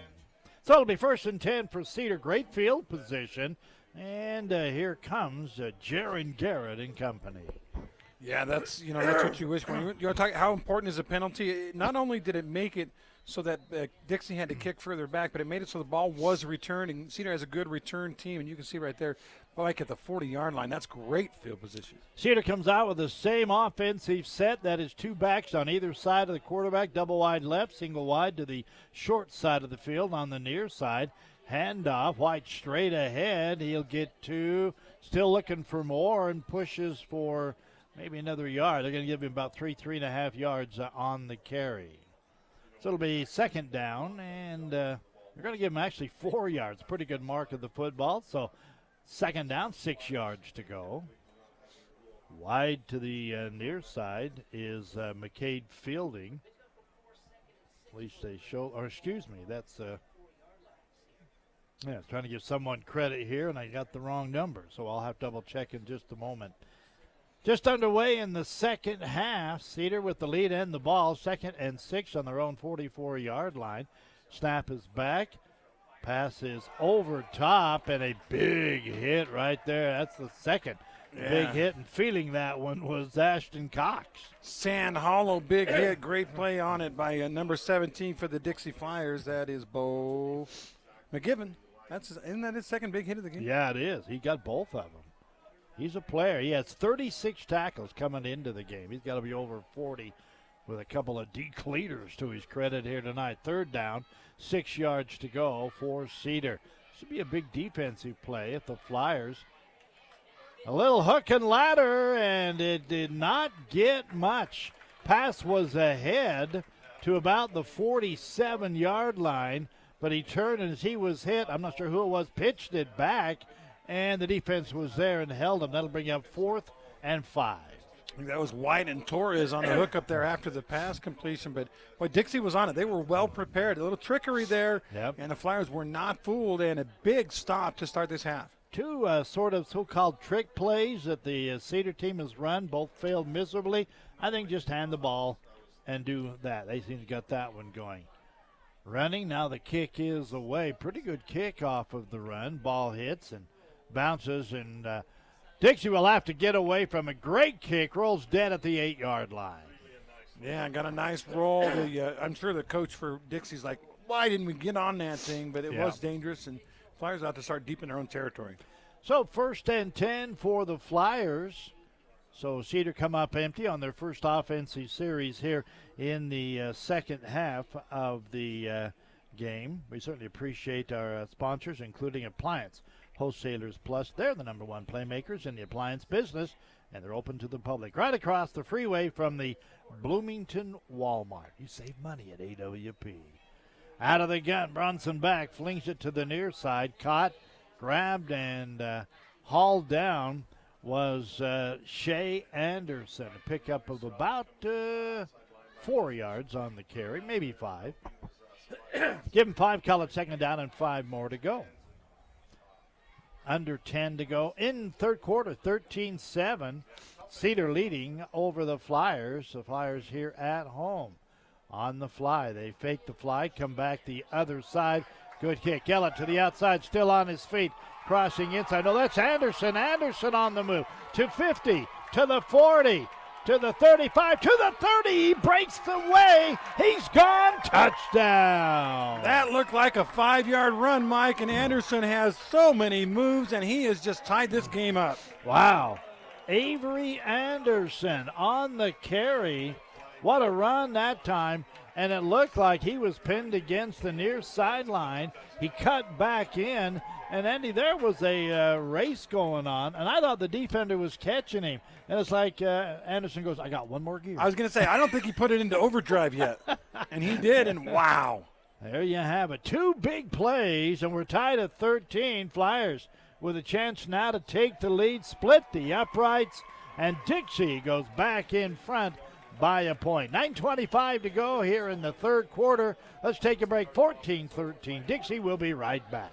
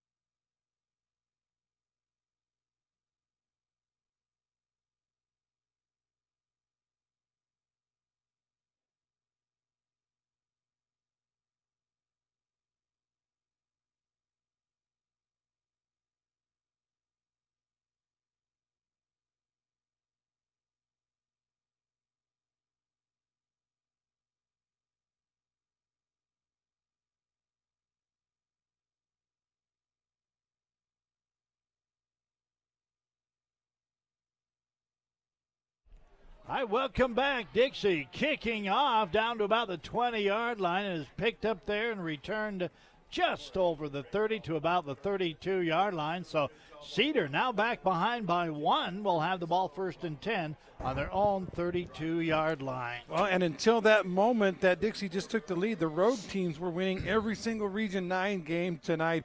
Pineview up 46-7 at the half. Hurricane up 7-0 on Crimson. And it was Snow Canyon 21-14 over Desert Hills. But now Dixie, a home team, with the lead. All right, 9:16 to go here in the third quarter. Jaron Garrett out of the gun. In the backfield, handoff straight ahead. And not much there, maybe 2 yards on the carry. Is that White or Brinkerhoff? Looks like Brinkerhoff on the carry that time. So a gain of 2, 2nd down, 8 yards to go. Reds right back at it. Good game, 1-point ball game here tonight. Biggest lead has been 7 by Dixie, 6 by Cedar. Pass is complete to the near side. It was short, but now it is a first down. Nice job on the catch. Turning back in was Jack Cook. Cooks, let's see, he had 18 carries, 4 touchdowns coming into tonight's game. They've got a couple of Cooks on the team, and they're both playmakers. They are indeed. Charles is the other. 1st and 10 of the 47-yard line for Cedar. Reds go right back to what they do. White straight ahead, busting his way for 3. to near the 50-yard line. We got a flag or an injury, Mike, because the referee's stopping play. Helmet's off. So they'll have to stop play for just a moment so Dave Hollings can catch, well, actually pick his helmet up and put it back on. Second down, about 7 yards to go. In the third quarter with 8.5 minutes to go in this one, in the third quarter. A lot of time, a lot of football left. Back, quarterback, pump fake, pass on the near wing. Nice catch, first down. That's a heck of a grab over there by Cook, Mike. He had to go a vertical, almost like Dennis Rodman, kind of parallel to the ground and made a nice two-handed grab. And he did it by stopping on a dime and then reversing direction. He was headed in, turned out. Nice catch, 1st and 10 now for the Reds. They are going now from the 42-yard line in Flyer territory. Motion man on the way. They hand it off to White. White circling outside. Big hole, bust for a first down. Or close to. Great blocking on the left side. That was just a simple sweep to the running back, and he followed. There looked like 3 or 4 white jerseys in front of him. Dixie was lucky that didn't go for more. Yeah, they're going to say it was just shy, so we'll call it second down, a yard to go. 7:40 remaining here in the third quarter. 14-13. Flyers up a single point in this one. And Garrett looks to the sideline, gets the play, waiting. Now he steps back in, shares a little information with the team. Here we go. Out of the gun again. Jaron Garrett. Garrett straight back. Pump fake, goes deep, over top, and it's going to be incomplete. And that time, a pretty good double team downfield that time, Andy. Yeah, the safety came over. The quarterback thought he had the safety beat with the pump fake, but the safety stayed with the play, came over, and really disrupted that whole play. And that's actually not a bad decision to go for a big one on 2nd and 1, but now you got to get that first down. Game tonight brought to you in part by Team D Auto. We are getting close to the Team D Auto red zone. St. George Boulevard, 488. That's where they're located. Again. And Dixie defense steps in. They tried the fly to the left. Yeah, he actually faked it and kept it himself, but Dixie blew the play up, and now it's 4th and a couple instead of 4th and 1. And apparently the ball was fumbled. Did not see that. Wow, I didn't either. But when you hear a roar and you see the Flyers come running off, you think, hey, they must have got the football. They do. That's the second fumble in the game, and I believe both by the quarterback. And give credit to the defense. They absolutely, as you mentioned, they blew that play up. Yeah, Dixie now forced a couple of fumbles on Garrett. They also have picked him off once, and they're giving themselves a chance to win this football game. 7:08 to go here in the third quarter. And a fly, they fake left, they go right. That didn't fool the defense at all, as Avery Anderson, I don't think even got back to the line of scrimmage. Nope, he'll lose about a yard, maybe 2. I'm telling you, it reminds me of Barry Sanders. One play, he's like making everybody on the field miss. Next play, he's losing a couple yards. Yep. Say he lost a yard. Second down and 11. The ball again, short of the 35-yard line. Deep pass all alone, complete to the 40, to the 30. And they say he stepped out of bounds right on the 30-yard line. Holy smoke, where did Josh Barney come from? And by the way, yes, that is Blake Barney's little brother. Blake, of course, a superstar here at Dixie High, went on to play college football, and Josh making the big bro proud on that one. Well, I tell you, he got out in the open, and he was all alone for the big play. Again, handoff up the middle, nothing doing. Boy, it should have been a face mask on that call, and the official did not see it. And Anderson is down. He's hurting. Wow. Well, there is no doubt on what happened, but the officials did not see it. Me and about 50 fans right in front of me did. He was starting to go down, and the defender came up from behind and reached around, grabbed the face mask, and pulled him down. But they'd already blown the whistle. So a yard gain, second down, 9 yards to go for the Flyers. Back, standing in there, pass Complete. Did he catch and stay in? Yes, he did. What a grab inside the 10 by that guy, Josh Barney. Boy, Josh Barney now has suddenly become the go-to guy here. He did a great job, man. He went down the sideline, and then he kind of sealed the defender off by forcing him to get right behind him, and he went up and caught the pass. First and goal at the 9 for the Flyers. Whole new attitude here in the blue and white here in the second half. 5:36 to go here in quarter number 3. On the fly. They get it to him. He shakes it off and scores a touchdown. Oh, no, you can't this time, says Shay Anderson. I think he went on to get in on a little action from his brother because his brother had been stealing the highlights tonight, but Shay says, I can do it too. Do you know what I liked about that after he got in? The first guy there to congratulate him. Oh, is there a... Oh, I thought they were booing out there, but no, it was actually, my mind went. Bronson Barney? Barney. Oh, Barney. Josh Barney. Yeah, was he's the one guy. that got him there. Yep. Extra point good. Up and good, and suddenly it is a 21-13 lead now for the Dixie Flyers. We have a lot more football coming up. Stay with us back after this.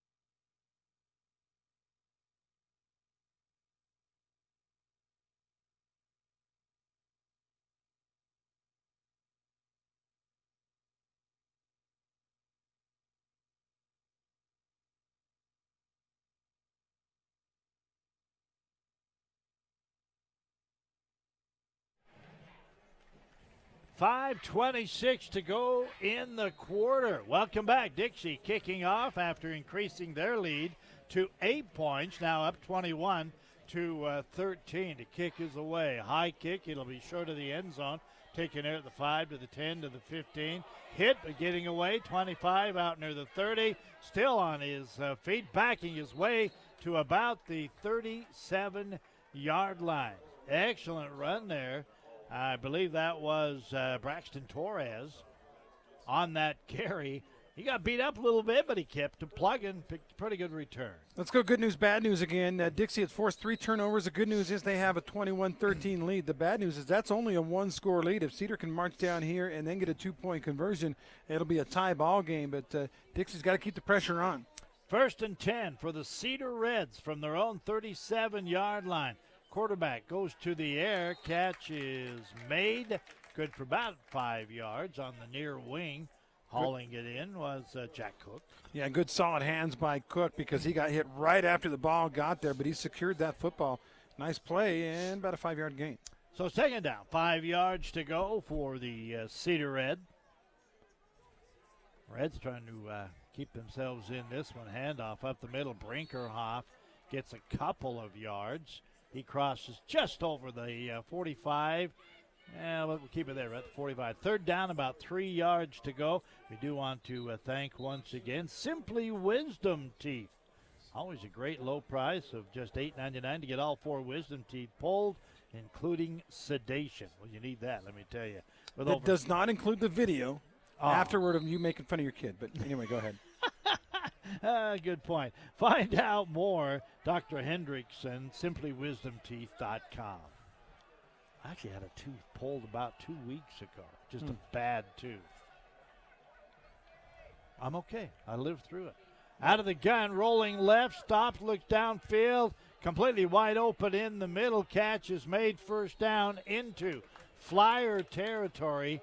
Go the Reds. Colby White with the catch. Yeah, and nice job by White. He went down and in, found a little crease. It's almost like kind of a zone defense, and he just sat down right there, and the pass was perfect. 4 minutes to go now here in the third quarter.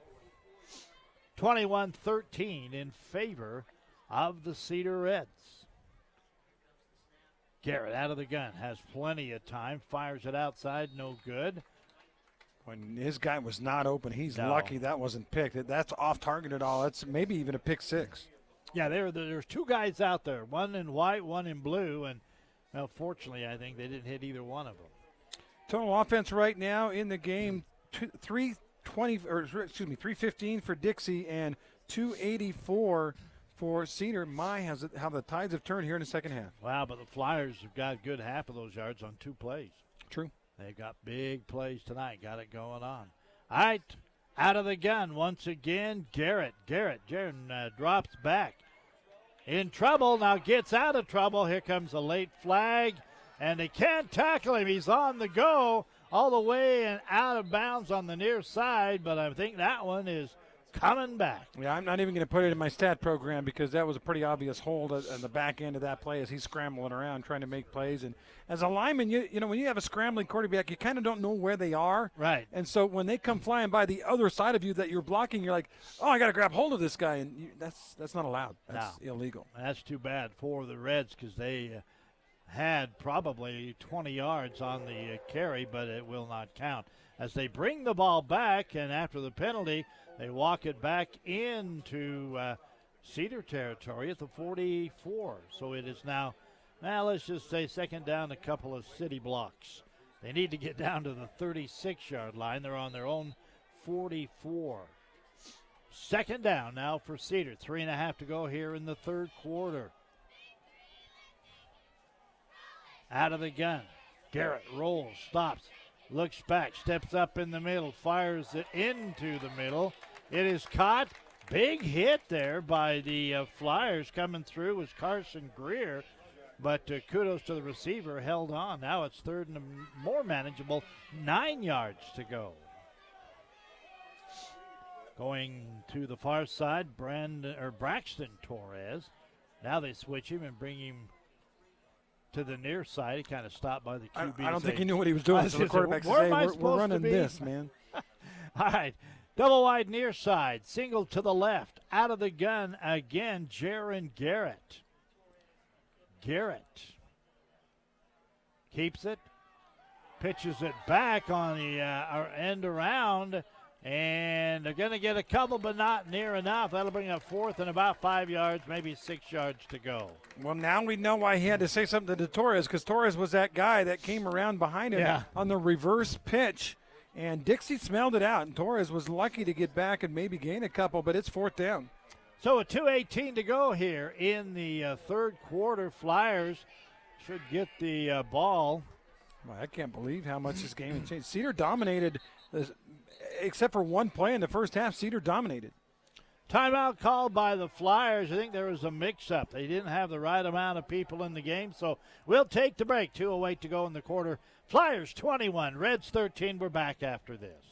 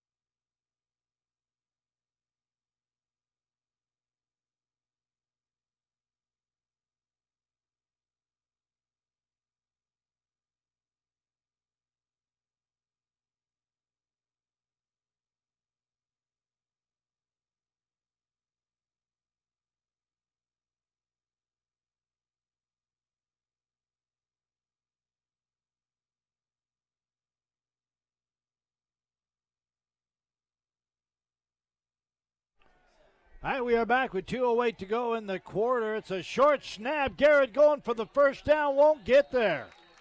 They come with a little trickeration. They needed 5-6 yards. They got maybe half of that. So the Flyers will take over. And again, third little trickeration, Andy, and the Reds are 0 for 3 in that department. Yeah, you know what? That's a sign on the other side of a well-coached football team. Dixie has been ready for every single one of the trick plays. There was actually, even on third down, that was a trick play on the reverse to Torres. That's right. Fourth down, they do a direct snap to the up back trying to get a first down. That didn't work. They had a halfback. I mean, Dixie is really, really ready for this game. Way to go, Coach Monkers and company. Well, they've stepped it up, see if they can keep their mojo going. They lead at 21-13. Back, pass over the middle. Caught, complete, hung on to. Hello, says Easton Ellett, down inside the Cedar territory at around, let's see, where do they put the ball down? 43-yard line. That was Ellett that caught it, not Barney. I couldn't tell, Mike. I thought it was Ellett. Okay. Number 9. Out of the gun, little miss handoff in the backfield, but making them pay is the speedy little guy. He has a first down and a whole lot more. Anderson on the carry. He gets down inside the 25, near the, in fact. Was that Shay or Avery, 3 or 4, Mike? I thought it was Avery. Okay. I'm trying to keep up with my stats here, but another Boy, great they're moving run. so fast, aren't they? Yeah. 1:32 to go here in the quarter. Avoiding the pressure, cutting to the outside, and down near the 15-yard line. Boy, Flyers, Andy, it's like a new team in the blue and white. I'm telling you, we saw a maturation in this game from the first half to the second. That was Easton Ellett, by the way, on the carry. Gain 7, second down, about 3 yards to go for Dixie. In motion goes Anderson. A little bump in the backfield. And nowhere to go that time. Avery was cut, and he'll lose a couple of yards. He ran out of room. I think had he had the far side, the open side of the field, he's got the speed to get around, but there was nowhere to go on the near side. Yeah, ends up losing 4 yards, so it's going to be 3rd down and 8. Good kicker for Dixie. Right now with an 8-point lead, even 3 points would be super valuable, so you don't want to make any kind of mistake or take any big chances here on 3rd and 8. Let's see what they come up with. To work, Bronson Barbin. Barbin, swing pass, no good. Had a wide pass over through the arms of, trying to pick up a number there. Looks like that was Kesterson. I think Derek Kesterson, incomplete. A lot of times you see the slant on the inside, the slot receiver, and they're a lot closer throw. That was from the way outside guy, deep slant, and that's a tough play to complete. Couldn't quite do it, and now Bernal out. This is huge, Mike, if they can get 3 here. 35-yard field goal. The kick is up plenty long, and he drills it. Wow. Great field goal by Bernal, and that now the lead, Mike, goes to 11 points. 24-13. We're going to keep it right here. It's just 20 seconds before the end of the quarter. We do want to once again remind you that Fabulous Freddy's is out and about, and they are our first down sponsor. 2 locations on either side of St. George. Don't forget a splash drink. Pick it up while you're there. Save at either of the Utah Fabulous Freddy's. Yeah, one right up there on Bluff Street, North Bluff, just almost across from the Cherry Creek Studios. Yep. And over on River Road. When I lived on that side of town, I used the River Road one all the time. Now, I actually favor the Bluff Street Fabulous Switched Freddy's. allegiance I there, did, haven't yeah. you? Well, I think they both, understand they both, I don't think they mind. I think they're related. Doesn't matter. Absolutely. All right, Flyers will kick it off now with an 11-point lead with just 20 seconds remaining here in the 3rd quarter. By the way, that was a 6-play, 44-yard drive, and that field goal by Rene Bernal makes it a 24-13 lead. Kick is a low driving kick, mishandled at the 5, picked up at the 10, to the 15, to the 20, getting outside to the 30, tripped up at the 30. Oh boy, for a moment I thought that maybe Cook was off to the races, but he did get a good return. He'll be marked down just shy of the 40 with 12 seconds to go. By the way, the guy that helped save the day on that one was Rene Bernal, the kicker, and he came on. He limped off the field, Mike. They cannot afford to lose him. Wow. Yeah, he was very slow getting up. They're also looking on the, well, that was at 45, is that his number? Yeah. Yeah, they're talking to him right now down there. He's saying, whoa, who hit me? And into the line it goes, nothing there, and they'll let the final seconds of this quarter run out. That'll do it. 3 quarters in the books and a turnaround by the Flyers, who now lead it by 11, 24-13. We're back with quarter 4 after this.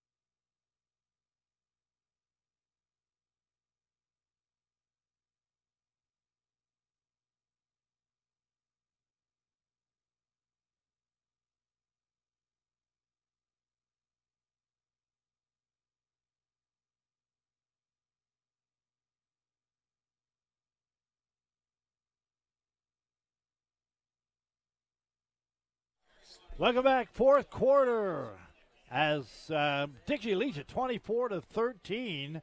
Cedar, though, with the ball. Second and about 8 yards to go. Pass to the far side. Complete, about a 3-yard gain. Was all on the reception. Catching it out there, Charles Cook. We really haven't called his name a lot tonight, but he is a playmaker. 11 catches, almost 140 yards, and that's coming into tonight's game. So third down and 4 yards to go. As the Reds try it again. Double wide to the near side. Single wide, no, double wide both sides. Back, pump fake left. Stepping up into the slot and hit from behind. Apparently the ball came loose. Who got it? You got to untangle.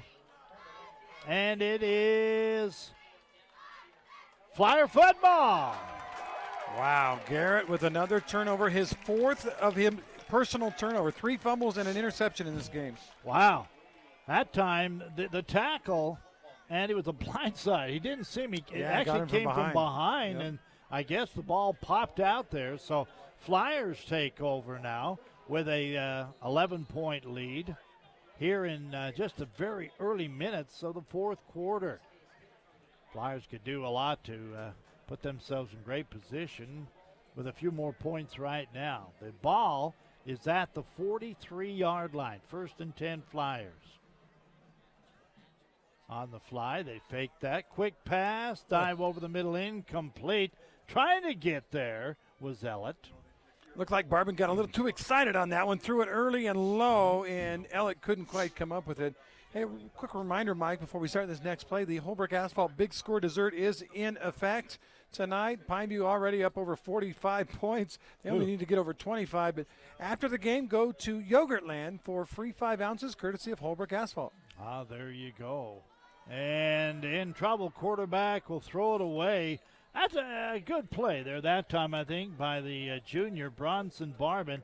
He faked the fly sweep. And it actually almost like you had to rip it back out of the arms as the fly runner thought he should take it. Then he was in trouble and threw it away. So, score update from Canyon View. Mike, any bets on the score there? 53-7, by the way. Third quarter score. Ooh, hello. So there's your big score dessert. Go get some free yogurt at Yogurtland. By the way, if you're a pig like me, you get like 10 ounces instead of 5. You got to pay for the the extra 5 yourself. Yeah. Back. QB stops, looks up top, too tall. And almost could have been picked off. The closest guy to that was defensive back Braxton Torres. He threw that a long way. That was probably 40 yards in the air, but it is incomplete. So now Dixie will be forced to punt it away. Dropping back to kick, I believe Josh Barney does the kicking. By the way, congrats to Crimson. They score and have tied that game out at Hurricane. It's the Mustangs 7 and the Tigers 7. Could be, I don't know, overtime there maybe? It's early fourth quarter.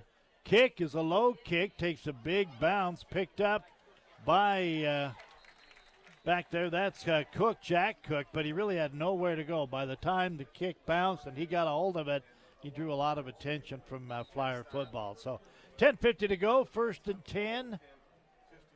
I don't see him moving the chains. Is there a flag or? That's a good point. They're not moving the chains or the down marker. But yeah, there it is. Is that it right there, Mike, on the 48-yard line? Right here. Yeah, I was looking way up here. So that's way in the backfield. They may make Dixie kick it again. Wouldn't surprise me because otherwise they're starting at their own 12-yard line.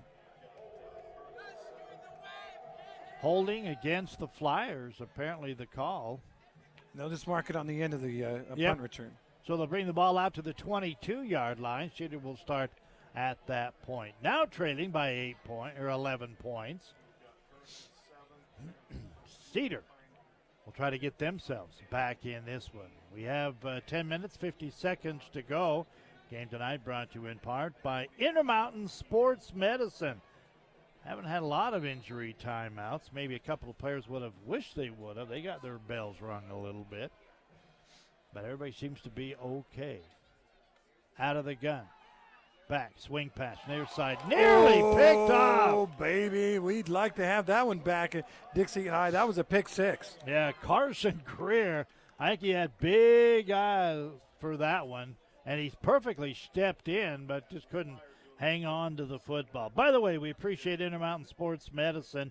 Once again, Mike Tolman here tonight for Dixie and for Cedar. I know it's got to be there somewhere. How come I can't? Oh, there it is. Melissa Mendini. Yep. Yes.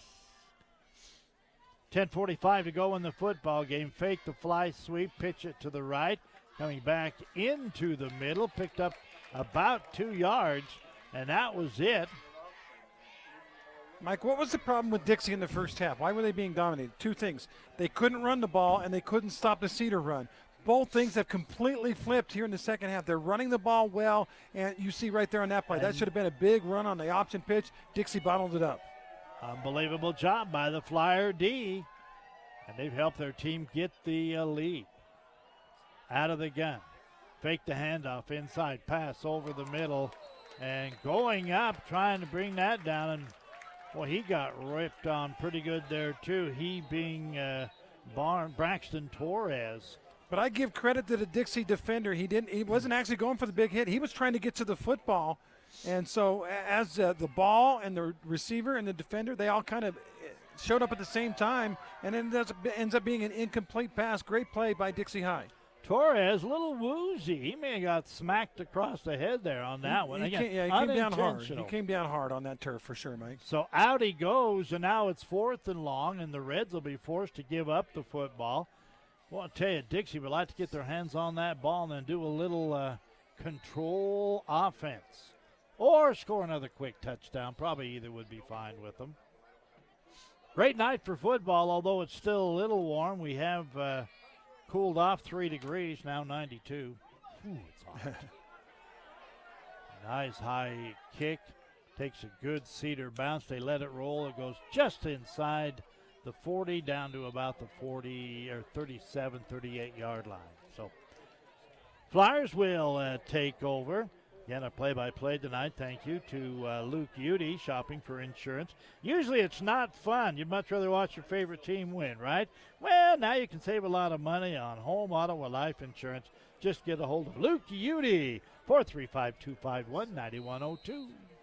I'm double-checking a score. I got a tweet or a text that said Desert Hills is beating Snow Canyon. I'm going to have to check on that. Wow. A flag on the play. The handoff picks up about 5 yards, but kind of get the feeling that's not going to hold. Early flag usually indicates a movement or offsides. It was in the offensive backfield, so that should back Dixie up a little bit. That text I got was incorrect. It's actually Snow Canyon 21, Desert Hills 14, but the Thunder hanging in there against the heavily favored Warriors. Interesting. Yeah, again, I with all due respect to all the teams in Region 9, I would have picked Snow Canyon by 3 touchdowns. They got 1. Anyway, it was an illegal shift against the Flyers, so they mark off 5. It'll be first now 15 for Dixie. Flyers look to the near sideline, waiting to get the call. Bronson Barber, the junior QB. Barbin. Yeah. I know who you meant. How could I get that wrong? Just yell Barbin. You got half the guys in the last 3 years. Turning the far side, getting back the lost yardage plus maybe a couple of more on the fly sweep. That'll bring you up 2nd, and depending on where they mark the football, now right at the marker. So it'll be 10 yards to go. 2nd down and 10. Yeah, Snow Canyon, Desert Hills hanging in there. Yeah, surprising score from over there. They are only down 7 to Snow Canyon. Snow Canyon now ranked number 3 in the first RPI. And undefeated, Yep. In the backfield. Boy, the Dixie or the Cedar D got there that time. Loss of a couple of yards. 3rd and 12 now for the Dixie Flyers. It looked like to me Anderson, Mike, that time turned back like he was maybe going to pitch it back to the quarterback, maybe be a flea flicker. But the defense was there too quick. I think that was going to be a flea flicker. We'll never know Dixie for sure. Might have been going to the old playbook That's there. right. Huh? All right, here we go. 3rd and long. Double wide either side. Barbin back, flings it out. Complete for a first down near midfield. Good pass. Yeah, what a great effort over there by Joshua Barney to convert on a 3rd and long. You know, just perfect. And he did everything right. He went down, he cut, he was a yard beyond the first down marker. He got on his knees and made sure he hauled in the pass. And pretty good pass there by Barban, too, to get it to him. So 1st and 10, Dixie keeps this drive alive. Under 9 minutes to go in the football game. Yeah, down 2 scores. Cedar's got to have a stop, and they got to have it now. Fly sweep. Ellett around the far side, tries to turn it upfield. He'll get a couple of yards. And hey, I just got it. You just won something. Congratulations. Wait, almost lost out the window. Hey, you're trying to throw it away? No, I worked hard to win that. Yeah, it landed in your lap, you mean? Yes, that's exactly what I mean. What's that like? A little football with a rocket on it. Anyway. Yeah, it's got fins. There you go. All right, 8:37 to go. On the sweep to the near side. Tried to get in. Now goes outside. Couple of more yards. And, again, that's Anderson on the sweep. That was Shay that time. Right. We go back and forth with Shay and Avery. You know, I think the Flyers appear to be doing just what I thought they might do, and that is they're just going to play control football. If they can continue to pick off 3 and 4 yards at a time, they'll be okay. 8:08 on the clock, Mike, and again, down up 11. Dixie this is their game to lose. If they can get a couple more first downs and run that thing under 6 minutes, probably going to win. Looking good. One loss scoreboard again shows 24-13 in favor of the Dixie Flyers. Doubles either side for the quarterback, Bronson Barban. Let the clock run all the way down before he snaps it. They're going to call a timeout here. Interesting. So Flyers want to say, what should we do here? It's 3rd and about 5 yards to go. Let's take a break with them. 24-13 Flyers. Back after this.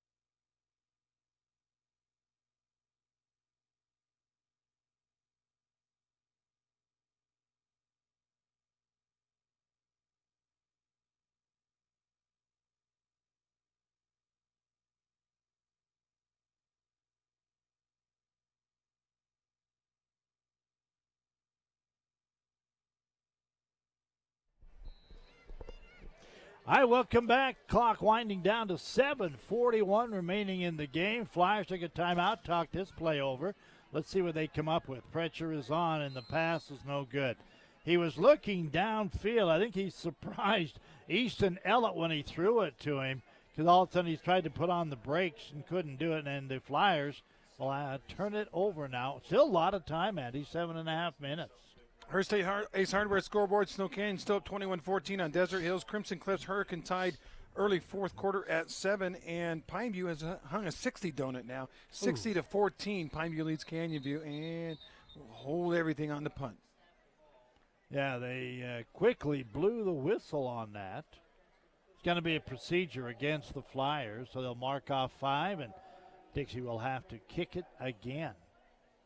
Well, now we're seeing things, I think, for the most part, settle into kind of what we would have expected, although still, that game's not over. Snow Canyon, Desert Hills, Thunder hanging in there, trying to get something going. Thunder right now at 0-2 in the region and 1-4 on the season.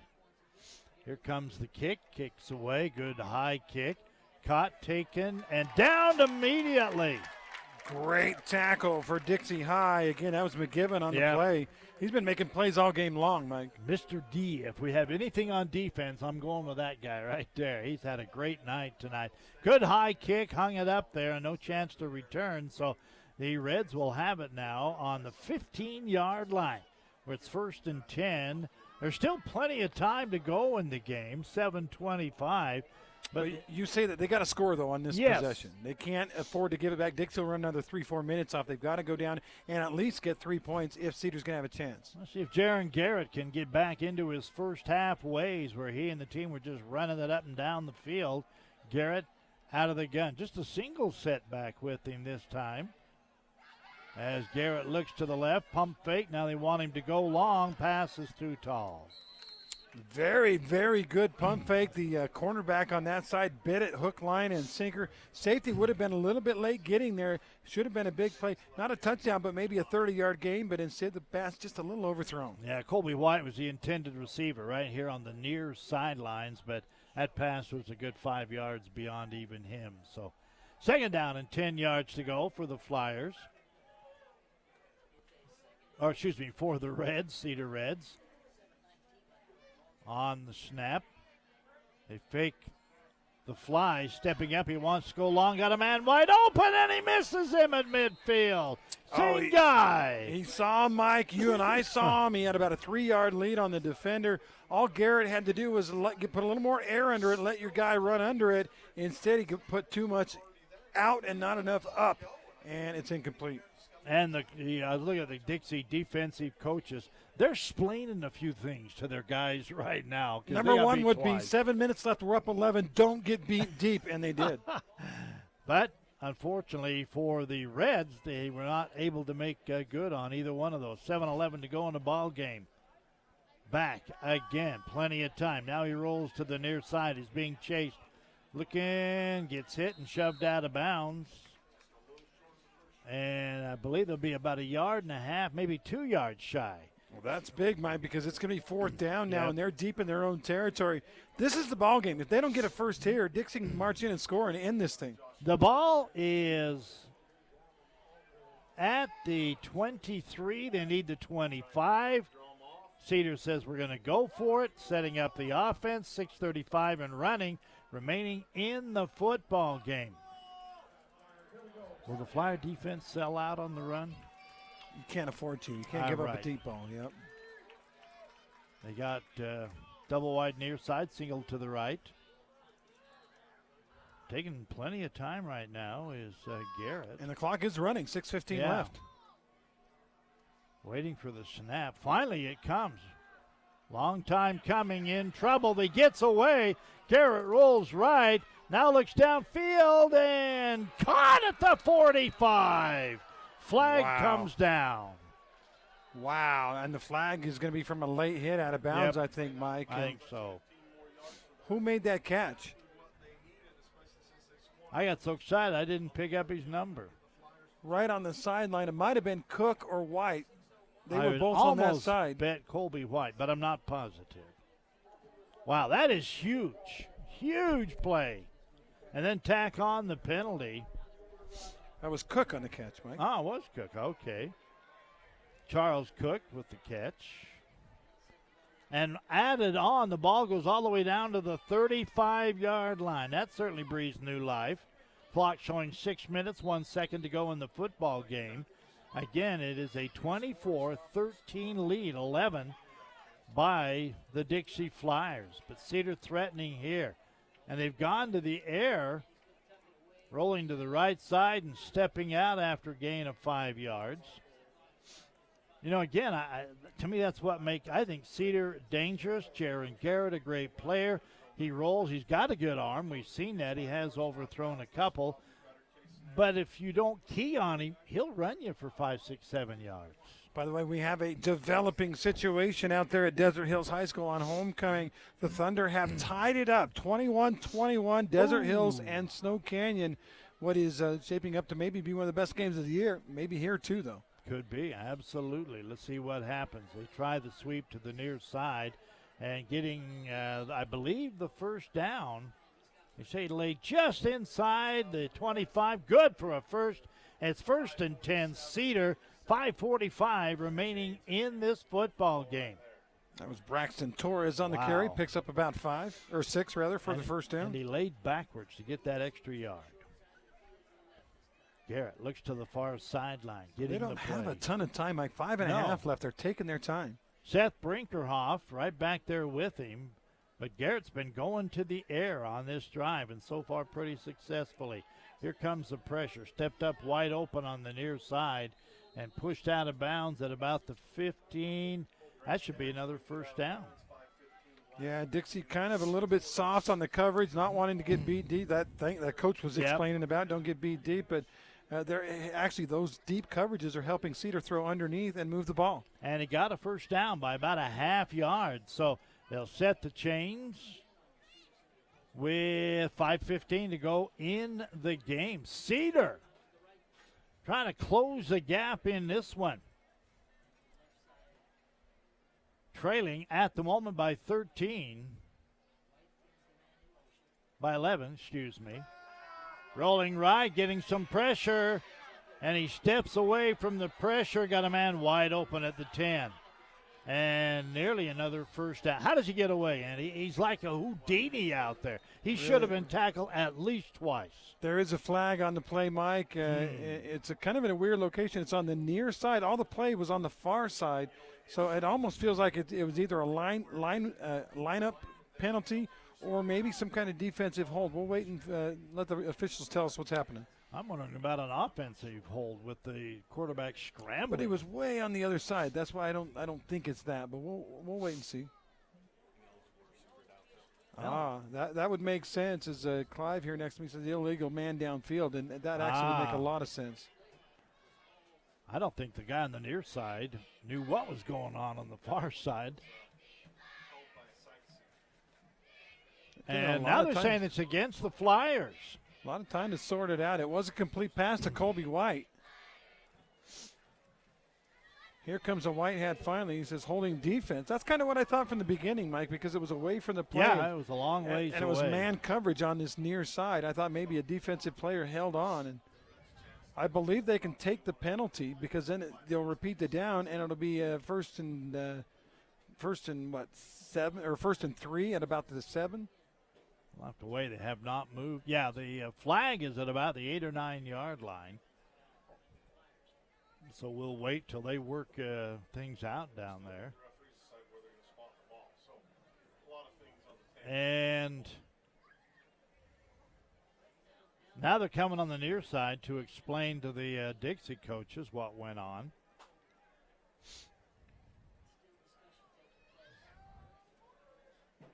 Now they're bringing the football. Maybe they're just bringing it back to actually mark off the 5 yards. And that's what they're doing. So it'll be down to the 9 yard. Well, wait a minute. I think it was a 5 yard walk. He started walking at the 14 and put it down at the 7, but it must have been from the mark. 5 yard walk off. First and very short right now for Cedar with 4:53 remaining in this football game. Out of the gun, Garrett has a man in motion. Fakes the handoff, keeps it himself, looking for 6. Did he get there? No, nope. Just shy. But it's first and goal at the half-yard line. So it looks as if Cedar will come up with some more points. Yeah, unless that Dixie defense can put a stand together, but Cedar's going to bring the bigs in. They got big old lineup, they got inverted the horses, wishbone. Don't they? And I would almost maybe expect to see Garrett with just a sneak, and that's what he does. And I don't know if he got in, to be honest with you. I don't think so, no. They stood him up immediately, and they pushed him sideways. He made no more movement down the field. So it'll bring second and goal from a half yard out. But the clock is running, Andy, and that really becomes a big part of this drive.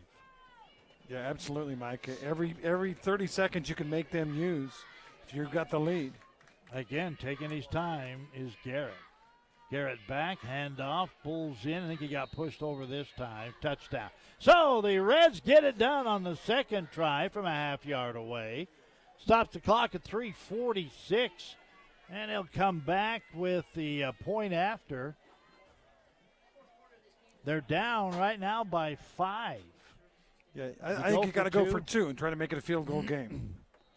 So we'll see what they come up with, and that's exactly what they're going to do. You know, In the third quarter, I wouldn't have said Cedar should go for running it. In the fourth quarter, not a bad idea. They really come back. Although the mixture of run and pass has worked very well for Garrett here in this quarter.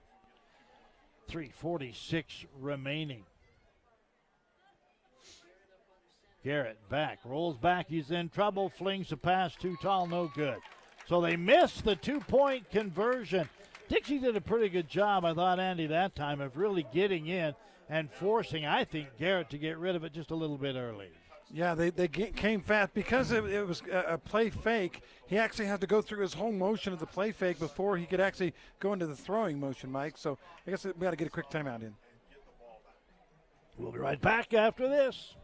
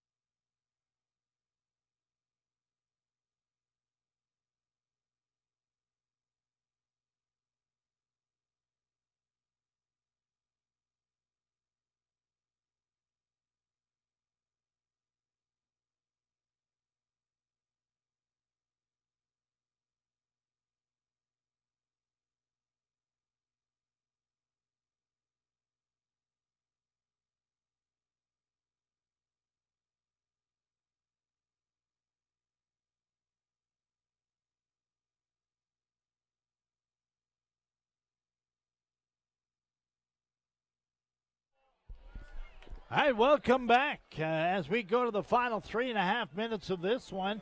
Cedar, after scoring the touchdown, coming up short, however, on the point after kickoff, and it was returned out to the 20-yard line. So the Flyers, with a 5-point lead, will try to nurse that or add to it as they take over at their own 20-yard line. Couple of scores for you on our Hearst Hardware scoreboard. With 11 seconds left, Ryan Woolley of Crimson Cliffs gives the Mustangs a 10-7 lead. That game about to go final. Crimson on top by 3. And a handoff into the line. Boy, there is nothing there that time for Anderson as he hit a wall and immediately went down. But the clock is running. Well, it was running. Timeout by Cedar. They got to play the odds now. They got to stop the clock on everything, conserve as much time as they possibly can. Let me just take a moment again, thank a couple of sponsors. We appreciate Team D Auto Sales. They will not be beat, offering consignment. See Jason and Parker. Team D Auto, 48080 St. George Boulevard. The other scores, Pineview up 67-21 now over Canyon View. Not a surprise. I don't think anything about that is a surprise. Maybe that Canyon View scored 21 on the Pineview JV in the second half. Maybe. Oh, Pineview is definitely rolling on that one.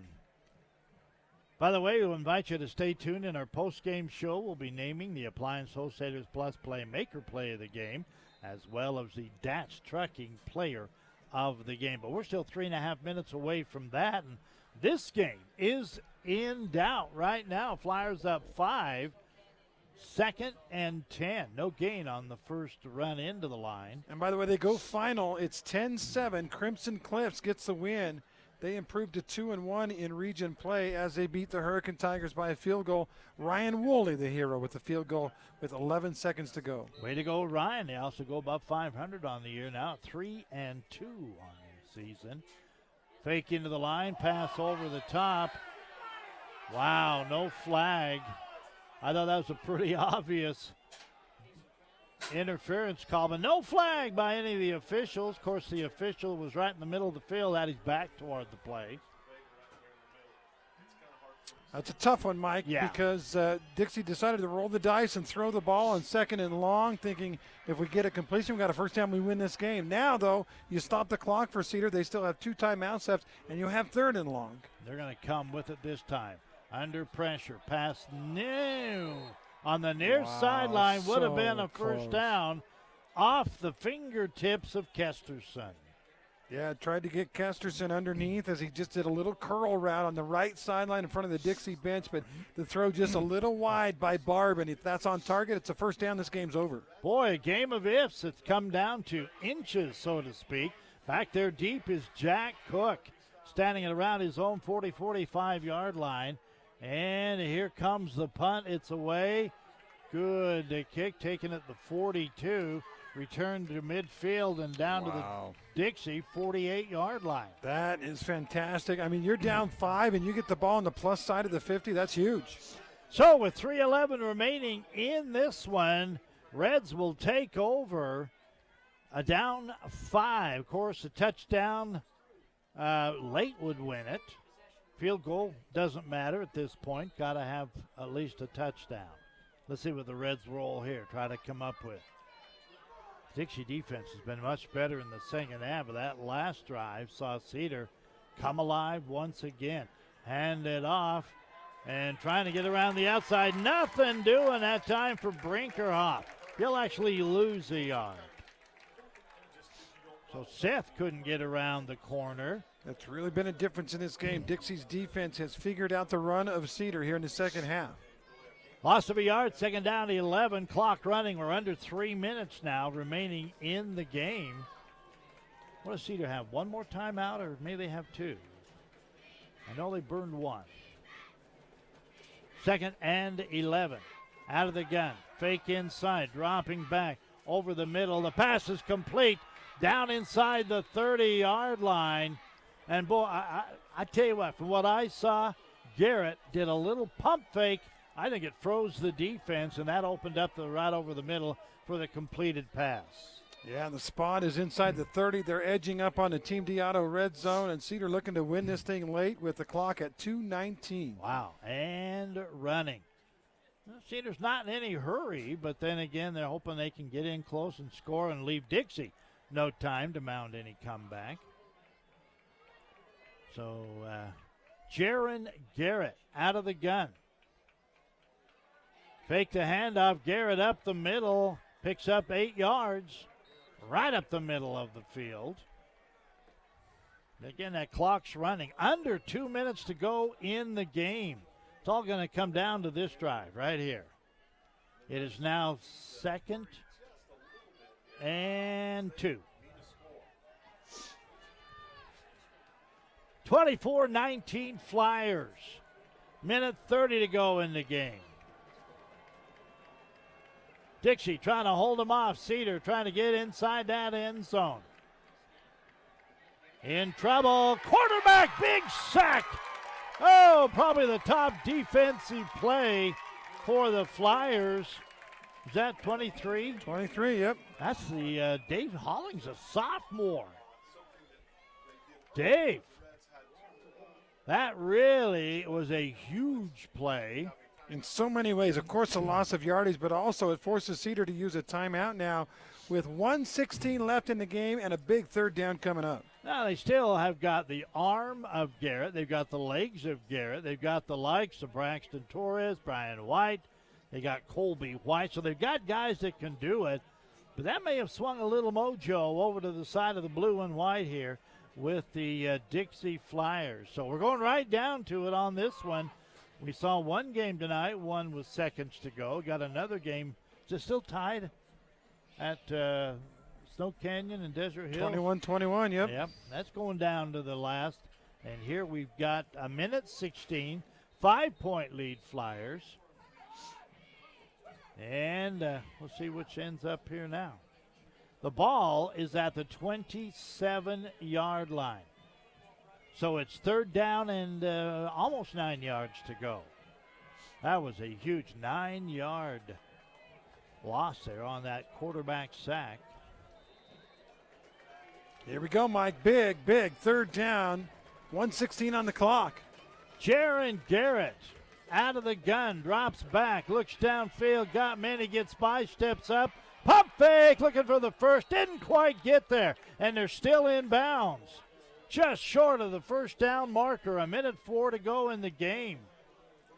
It is third, fourth and a yard. Now a timeout is taken. That referee emphatically ran in and wound his arm like he did not get out of bounds. That forces Cedar to use another timeout with 58 seconds left and 4th down coming up. Take a final break. We'll be right back.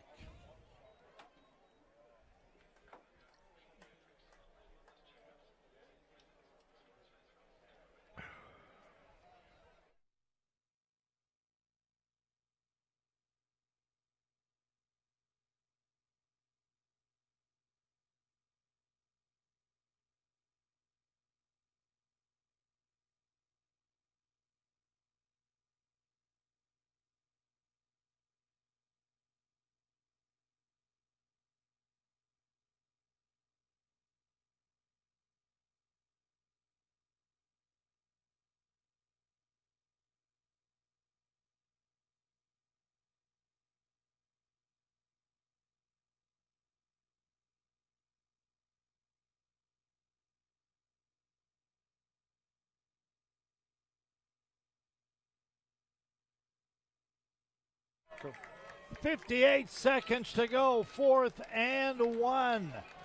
Cedar down 5. Trying to at least get a first down to continue this drive. They are out of timeouts. Out of the gun is Jaron Garrett. Garrett back, rolling, in trouble, looks downfield, fires it, and it's incomplete. Flyers hold on. Yeah, Dixie put the pressure on. They've been doing it the entire second half. He had that little play action again. That takes time to perform the fake, and then he did a naked bootleg, and it was supposed to be a pass to the right side, but he didn't have time to look for his guy. He just had to chuck it up there. It was incomplete, and Dixie's going to win this football game. Wow, 52 seconds to go. Again, Cedar cannot stop it with any kind of a timeout. Flyers have got to make sure that they keep their hands on the football. And they've got we're going to just hang on to the ball and touch it down, and they do. First touchdown, 48 seconds. They'll do it one more time, and the Flyers are going to get away with a big one here tonight. Huge win. Even though Nolan Perry had Dixie favored, I think it was based on reputation. I really felt like that Cedar had the better offense, and I'll tell you what, much respect to Rick Berry and this defense at Dixie High School. They're going to get themselves a win here on homecoming. Yeah, they literally changed it in the second half, and that's it. Second touchdown. And the Cedar Reds can do no more. Flyers, after losing, Andy, their first 3 games of the season, have now put together a string of 3 victories, but more importantly, 3-0 in the region in the 24-19 victory here tonight. What a win for these Dixie Flyers, Mike. At halftime, they had been dominated except for one play in the first half.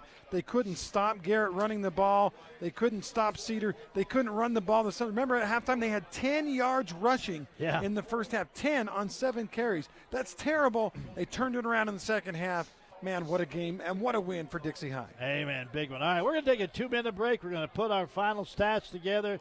We'll pass along as many of the final scores we have from around the region here tonight. Let you know what went on. We'll wrap it all up as we take the 2-minute break and the post game coming up. 24-19, the final of the Flyers. We're back in 2.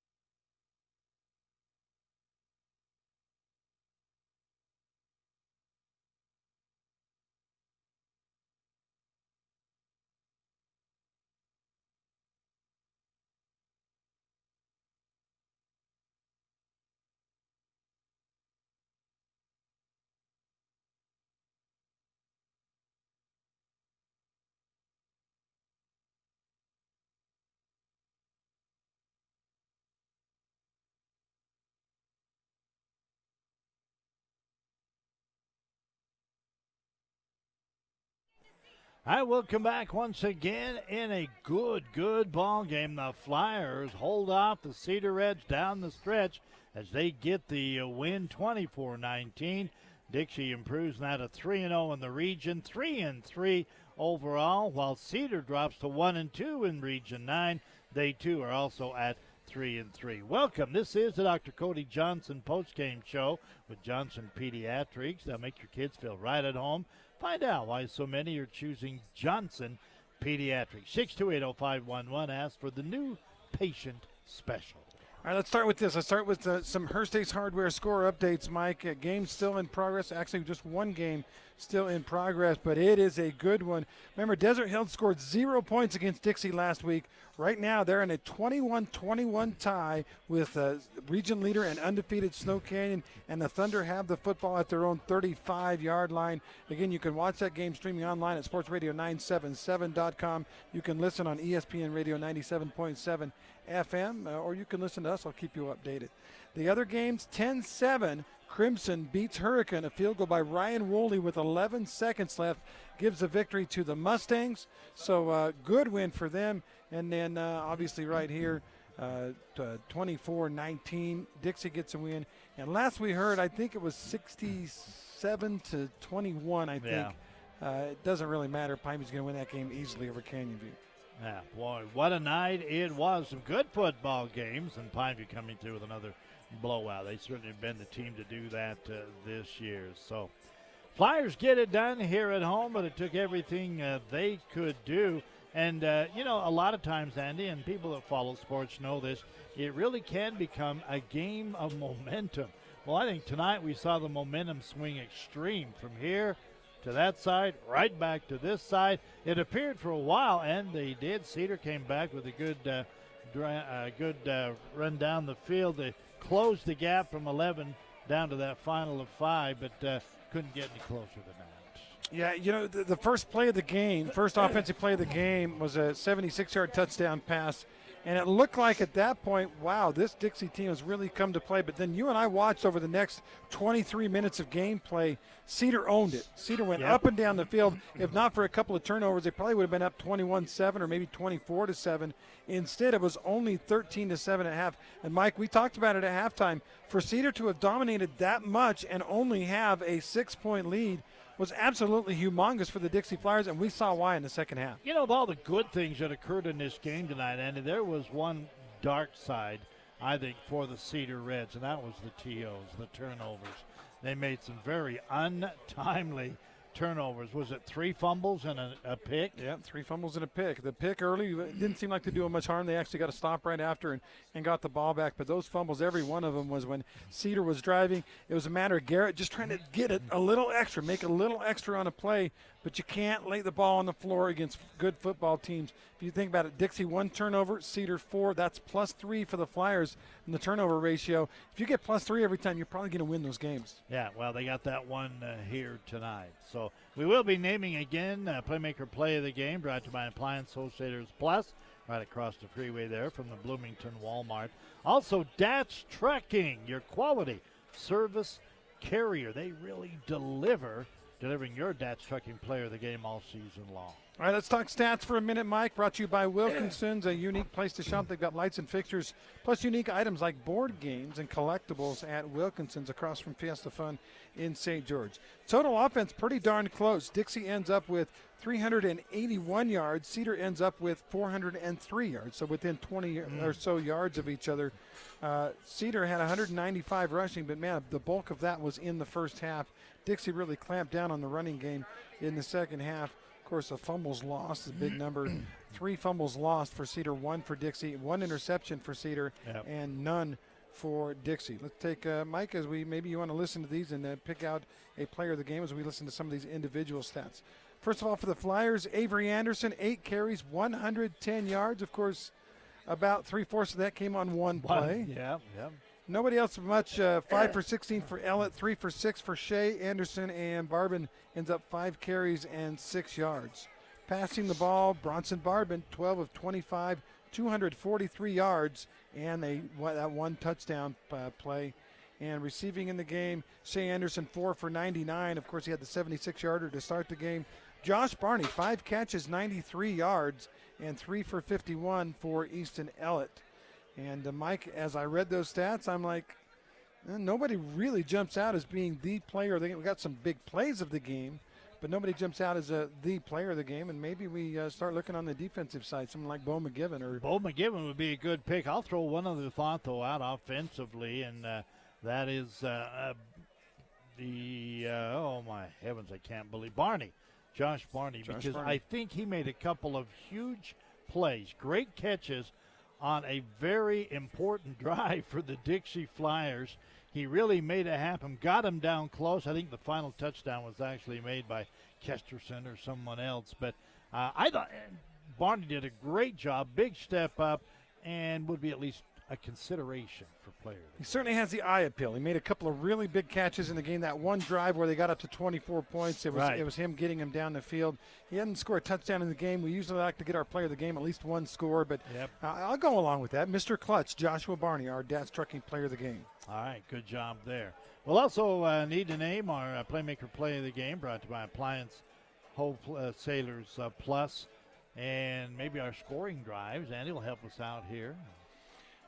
You know, I mean, both of those big long touchdowns by Dixie should be obviously nominations. The 76-yard pass from Barban to Anderson and the big run by the other Anderson. But I almost want to go. I mean, how about the blitz and the really putting the pressure on Garrett late in the game and making him throw a bad pass? He tried to get it to Treyton Payne and just couldn't get it there because of the great defensive line play from the Dixie defense. That's kind of where I'm leaning, Mike. That was really the game-saving play for Dixie High. All right, or that nice quarterback stop there by Chad Hollins, the young sophomore. That was part of that stand. So he's a defensive line. You know, maybe both, maybe a combo there. The defense stepping up when it really had to late in the game and getting the turnover on downs. All right, sounds good to me. Absolutely. So our AWP is our Appliance Wholesalers Plus. They are the playmakers in the appliance business. They sell GE and Samsung. They are the playmakers in the business. Go check them out. They're across the freeway from the Bloomington Walmart. AWP presents our play of the game and kind of a hybrid, the defense for Dixie on 3rd and 4th down, making plays late. Yeah, just a quick reminder once again. We didn't quite get there. We got 24, not 25, but a couple other teams got it. Pineview took care of business, so we're good with our Holbrook Asphalt big score. Absolutely. Stop by tonight on your way home. Get that 5 free ounces. From there, as Andy said, eat what you want, but you got to pay for anything above the 5 ounces. So, but it's still a great deal, and we thank you again to the good folks there at Yogurt Lounge. By the way, upstate Hearst Ace Hardware, one final update from Snow Canyon and Desert Hills. It's still tied at 21. Desert Hills moved up the field, but eventually turned the ball over on downs. Snow Canyon now has it going the other way, and they're inside the 40-yard line of Desert Hills with 1 minute, 46 seconds left in that game. It's going to come right down to it. What a game that is, huh? Well, we had a good one here tonight, 24-19, with the Flyers getting the win. Big win for the Mustangs over the Hurricane Tigers, and Pineview did again. Pineview won by 40-something, so I think it was 67-27, I think was the final. What a deal. All right. Well, that's going to wind it up for us here tonight from Dixie High School. It's been a lot of fun once again to sit in here with Andy Griffin and be able to bring you some high school football. Right, are we smart enough to update the standings on the fly here, Mike? I've got it written down for the most part. I've got a pen here somewhere, and I've got a pen. I think Clive stole my pen.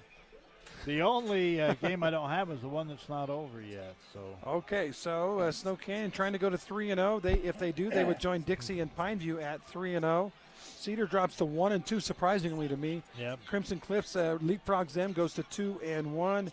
Canyonville 0-3, Hurricane 0-3, and Desert Hills trying to avoid. Wow, and Snow Canyon just scored, by the way. Holy moly. 1:41 left. They got a touchdown pass, and so Snow Canyon takes a 27-21 lead.